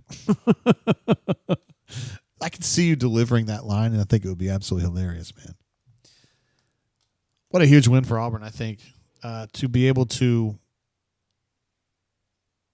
have the game kind of go against you, right? I mean, Texas did a great job of coming back, and then put your foot down and quell the uprising, essentially going to the free throw line and getting the job done. And I think Auburn played great the last 2 minutes with the notable exception of Denver committing that turnover in the full court with a pass that was just too meek and just really was destined for failure. If you're stuck like that, you got to do something else. You call a timeout. You throw the ball deep, so even if it gets intercepted, it's way down court, and you guys can get back and defend it. He threw it short with essentially a two-man trap with a floater, waiting to pick off his pass, and that turned into trouble right there. So Denver's got to do better than that, but he knows that. He's one of the most experienced players on the team. And Anonymous says, how in the world did they score 55 in the second half? The short answer on that is Arthur Kaluma. Number 6 was going off. And honestly, I felt like the defense on him for the most part was pretty good. He was just hitting shots, man. That guy was absolutely balling. He looked like Michael Jordan out there. 34 points. He was at like 20 points. At one point, they said it was a career high. And he goes way past that. So that's a lesson to be learned from this one, too, is to say, hey, when we're facing a guy who's insanely, when he's going off in an insane way, like you can't just sit there and be like, well, fuck it, we're done. Gonna have to deal with it. Like, somebody's got to get in there and get that handled. And that didn't happen tonight. Auburn's got to do better than that. Ben reminds us that Tennessee, who we can all laugh at, I'm going to do it right now, shot 4 of 29 from 3 tonight. That's probably not going to get it done. And Cody says, what time is Allen going to have the buses ready to go to Columbia? Talk about Allen Green and his proposed idea of saving money by busing to different places. I kind of like that. That's kind of funny. Let's see. Raven says the defense when he had the ball was good. The defense before he got the ball, not so much. Yeah. Not enough deflections, Raven. Probably fewer deflections than we normally see from Auburn in the half-court defense. You look at the fast break points. Auburn finishes the game +2 in fast break points. So they had 9. I think they had 0 in the first half. And I had joked that if Auburn, I didn't really joke, I meant it. If Texas finished that game with 0 points in transition, there was 0% chance they were going to win this game. R. Stu says that's a quad 1 win, right, JGT? According to BP, it was. I did not research that, but he had mentioned to me that this could be a win would be a quad 1 win. I should say another quad 1 win. Auburn, I think, leads the country in quad 1 wins. So throw another shrimp on the Barbie for that one is what I would say. Let's see. Chip must have said something funny. 34-point career high, gets you an L. Suck it. That's pretty funny. Let's see. Arthur Kaluma, that's an interesting point there, Frank. He says Arthur Kaluma had this incredible night, 34 points on 12 of 16 shooting, and yet he finished a +1 of 1, a plus-minus of 1. But again, I can't drive this point home enough. A plus-minus for one game, I understand it's on there and it's worth talking about, but it's more of a meta trend for me. Like, you need to look at that over the course of multiple games to kind of get a better feel for, all right, is this guy helping the team win or is this guy not helping the team win? Obviously, Arthur Kaluma played a big role, I think, in Texas having an opportunity to win this game because without his otherworldly effort, really all they had was number 0, the point guard, and he was super quick. My God, he's so fast. He's like Ronnie Johnson out there. Got him. See if you guys are still awake. Let's see. John D says Auburn drops to 2 on Ken Palm. Did Duke get ahead of them? Let me see what happens on Ken Palm here. Yeah, Duke slid ahead of Auburn. I'll go ahead and pull that up. Good stuff. Good looking out there, bro. I'll take a quick screenshot of that, and we'll take a look just so people can stew over that. I don't mean our stews. I mean everybody. This is the current Ken Palm. And, of course, Auburn, even though it says 13-1 up here on the score sheet on my page, I haven't been able to change that yet. It's 14-1. So this is the latest number, and they've given Duke the number 1 spot in the Ken Palm. So that, that's cool. Whatever. Bottom line is you want to keep Auburn in the top 10, and that's where you win a national title. Let's be real about it. Let's see. Snobburn says, I'm out. Going to watch old episodes of Mythbusters on YouTube while I fall asleep. Good luck. I hope it's one with Kari. Those are my favorite episodes because she's super hot. And that's all I have to say about that, Snobburn. And Okra, what's up, bro? How we feeling about AP getting fired, bro? Says at least we survived upset night. Strong arm. Tennessee would love to have won a game by 5 on the road, right? I think Kanuman said that earlier. Maybe it was Chip. I'm not sure which one. Adam Pope says SEMO with a career night, clutch 3. Just kidding. I love the hustle. Frank, we've been, what a great point there. We've been bitching so long that Auburn was number 1 in Ken Palm and was number 2 in the AP poll. And now it looks like it might reverse or inverse, I should say, where Auburn's number 1 in the AP poll, number 2 in Ken Palm. Oh, if it wasn't for you meddling kids. Who knew that Marquette was going to be this good this year, too, huh? Anybody know where Marquette is? It's in Milwaukee, Wisconsin is where it is. I didn't know that until somewhat recently. Let's see. Kaduman says she is cute. Yeah, she's really cute. The dude was on the same level as her, passed away a couple years ago. He did, yeah. Yeah, that's sad. That's really sad, actually. Mythbusters was a good show, man. Surprised it I guess it ran its course. And that's why it wasn't on anymore. But, whatever. Shane H jumps in with a super chat to say, yo, JG, good win tonight. Absolutely. I think we needed one. I needed one like that. Those kinds of games are the ones that build character for March. Let me give you an applause for that one, Shane. I appreciate you. I know that you pulled you had a super chat at the very, very last moments of the last show, and I was actually signing off when you sent it, so I'm sorry I missed it. But I did see it, and I want to give you credit for that for the last show as well. So thanks, Shane, for jumping in, bro. Kaduman says that Marquette is in Wisconsin. I know that because of Tommy Boy. That's right. Chris Farley, big fan of Marquette, and he may have gone to Marquette, actually, but I know he's a big fan. And also Chip says they brew some really below-average commercial beers in Milwaukee. What about the one from Laverne and Shirley? Isn't that Milwaukee? Also, Milwaukee is Algonquin for... What is it, guys? Golly, from Wayne's World. Alice Cooper said it's Algonquin for the hard earth or something like that. The good earth. It's the good earth. It's the good earth. That's what it is. Indeed. It's weird to see Schlitz. Thank you, Ravin. How dare you talk about Schlitz like that? That is delicious.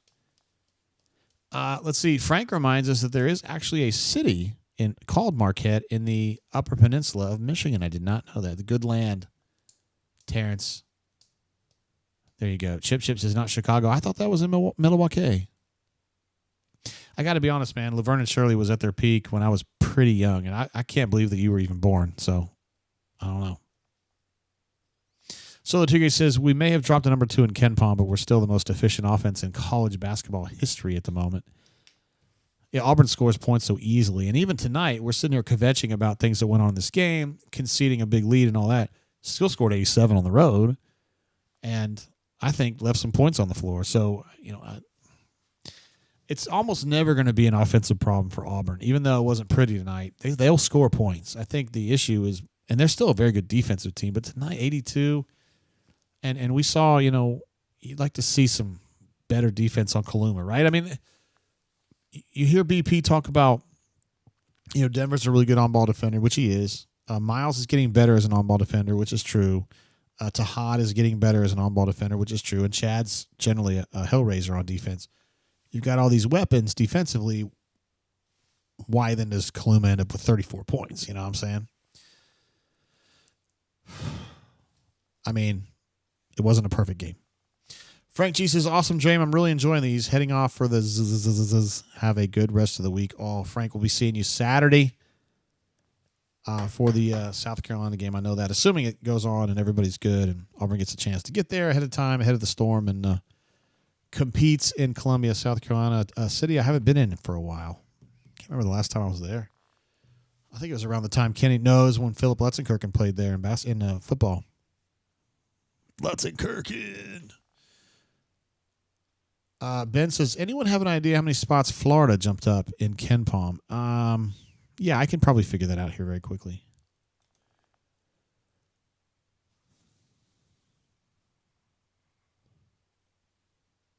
They were 6 or 7 coming into this game. Now they're 5. So they were 7 coming in. Now they're 5. So they only got 2. Ravin says, hold on, we play South Carolina. That is true. At South Carolina for this next one, right?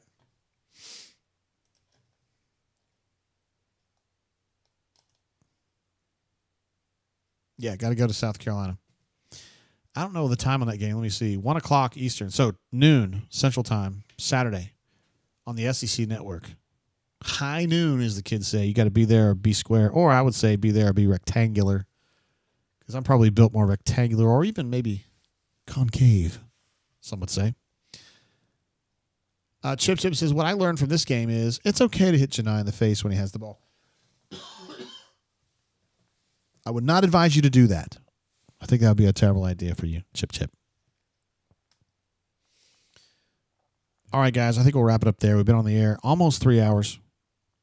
It was a fun game, a good time had by all. We talked about They Might Be Giants. We talked about the Hold Steady. We talked about Depeche Mode. We talked about Teslas. We talked about Janai Broom being a badass. We talked about Miles Kelly. Maybe sometimes when he's not playing well, should be called Kilometer Kelly. That was pretty good. I think we talked about a bunch of other stuff, too. We talked about how if my wife tells me she's going to stay at the Mirage at her trip in Las Vegas 2 weeks from now, that is a bad thing. Got to keep an eye on that. Be there or be trapezoidal. Trapezoidal? What's the word? Feeling like a stranger. Feel like a stranger anyway. We'll say it that way. Also, big shout out to all of our great chatters tonight. Newman went wire to wire. Who else went wire to wire? Surely Solo Tigre went wire to wire. Ravin was here early. I know that he went wire to wire. Without a doubt, no doubt. Frank G was here wire to wire. Chip was here very early. I know that. Taxman was here very early. Some wire to wire folks. Daniel D, I don't know if he's still here, but he went a long time. Metal Fan was here a long time tonight. Ephesians was great tonight too. Chris M was here, I think, wire to wire. For sure, Chip was as well. We'll probably wrap it up there. We will be back. Let's see. I've been doing little videos on the channel, kind of doing football stuff more or less, but we'll be back. Pocket Watch is here. My man. There he is.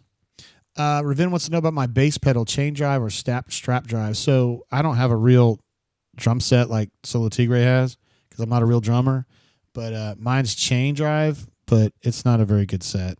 I'm not a great drummer. I wish I was, but I'm just never going to have that ability. I'm just going to have to leave that as a sure wish I could be good at that, but I'm not. Chip says true wire to wire is first chat and the last chat.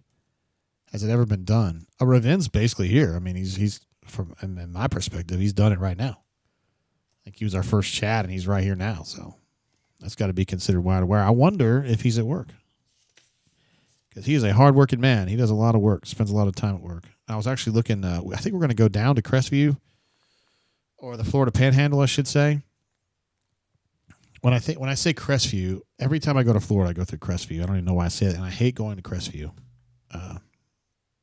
It's the worst traffic in America, but I noticed that they have a Tesla charger there, so I guess I'm going to have to reluctantly go through Crestview to get down there. But our friend, Bridge, her dad got sick, and he's like in his 80s, and so I'm worried about him, and he's going to be in the hospital for a little while, and so I want to go down there and see him if he's feeling up to seeing my dumb ass, so maybe going down that way. We'll see how it goes. Ravin says he's not working tonight, thank God. Golly, Ravin he works a lot of hours, man. I know a lot of y'all do. People relying on y'all. I don't know what it's like. I'm just a sports writer. But you guys are actually doing real work and changing lives. And I know Chip does something similar, and he's definitely changing lives too, because without folks, I don't want to say what Chip does, but the job he does and the job Ravin does, I know them personally. If they don't show up and they don't do it, there's a lot of people who are struggling. So if I don't show up and don't do my job, nobody gives a shit. That's just the life as a sports writer, though. It's just the way it goes. Anyway, guys, appreciate y'all having been on the stream tonight. We had a great show tonight. This is a lot of, man, we had 1,300 chats tonight. Crazy. Amazing. You got and a lot of really good chats too. Some of the shit's funny. I'm glad GW's gone though, because he was trying to scorn me with my Raiders situation because they're terrible. All right, so I'll be doing videos on the channel. Of course, I'll be at auburnsports.com. We're going to tape a rundown tomorrow, first one in I think 3 weeks or something like that. So we'll have that too. I'll probably doing some videos during the week on the channel, and then we'll be back Saturday at noon for the game against the hated Gamecocks of University of South Carolina. So look at this. Kanuman says, do not work so much anymore. Used to. Not looking to go back to that. Look at that. Kanuman, you're so much younger than me. And I really don't know the specifics of what you do for a living, but I suspect you need to be on par too, or else there's trouble. Yeah, I don't know what that's like. Miss Courtney, same thing, man. She's got 120 kids under her purview every single day, you know. I don't know. One of these days, I'll feel like I accomplished something, you know. Anyway, guys, we're not going to talk about that. We're going to talk about seeing you guys on Saturday. Until then, keep your feet on the ground. Keep reaching for the stars. Hope you guys have a great week. Our friends that are up north, be warm and make good decisions about driving because I don't want to hear you getting your shit smashed in, all right? Peace and love. See you guys.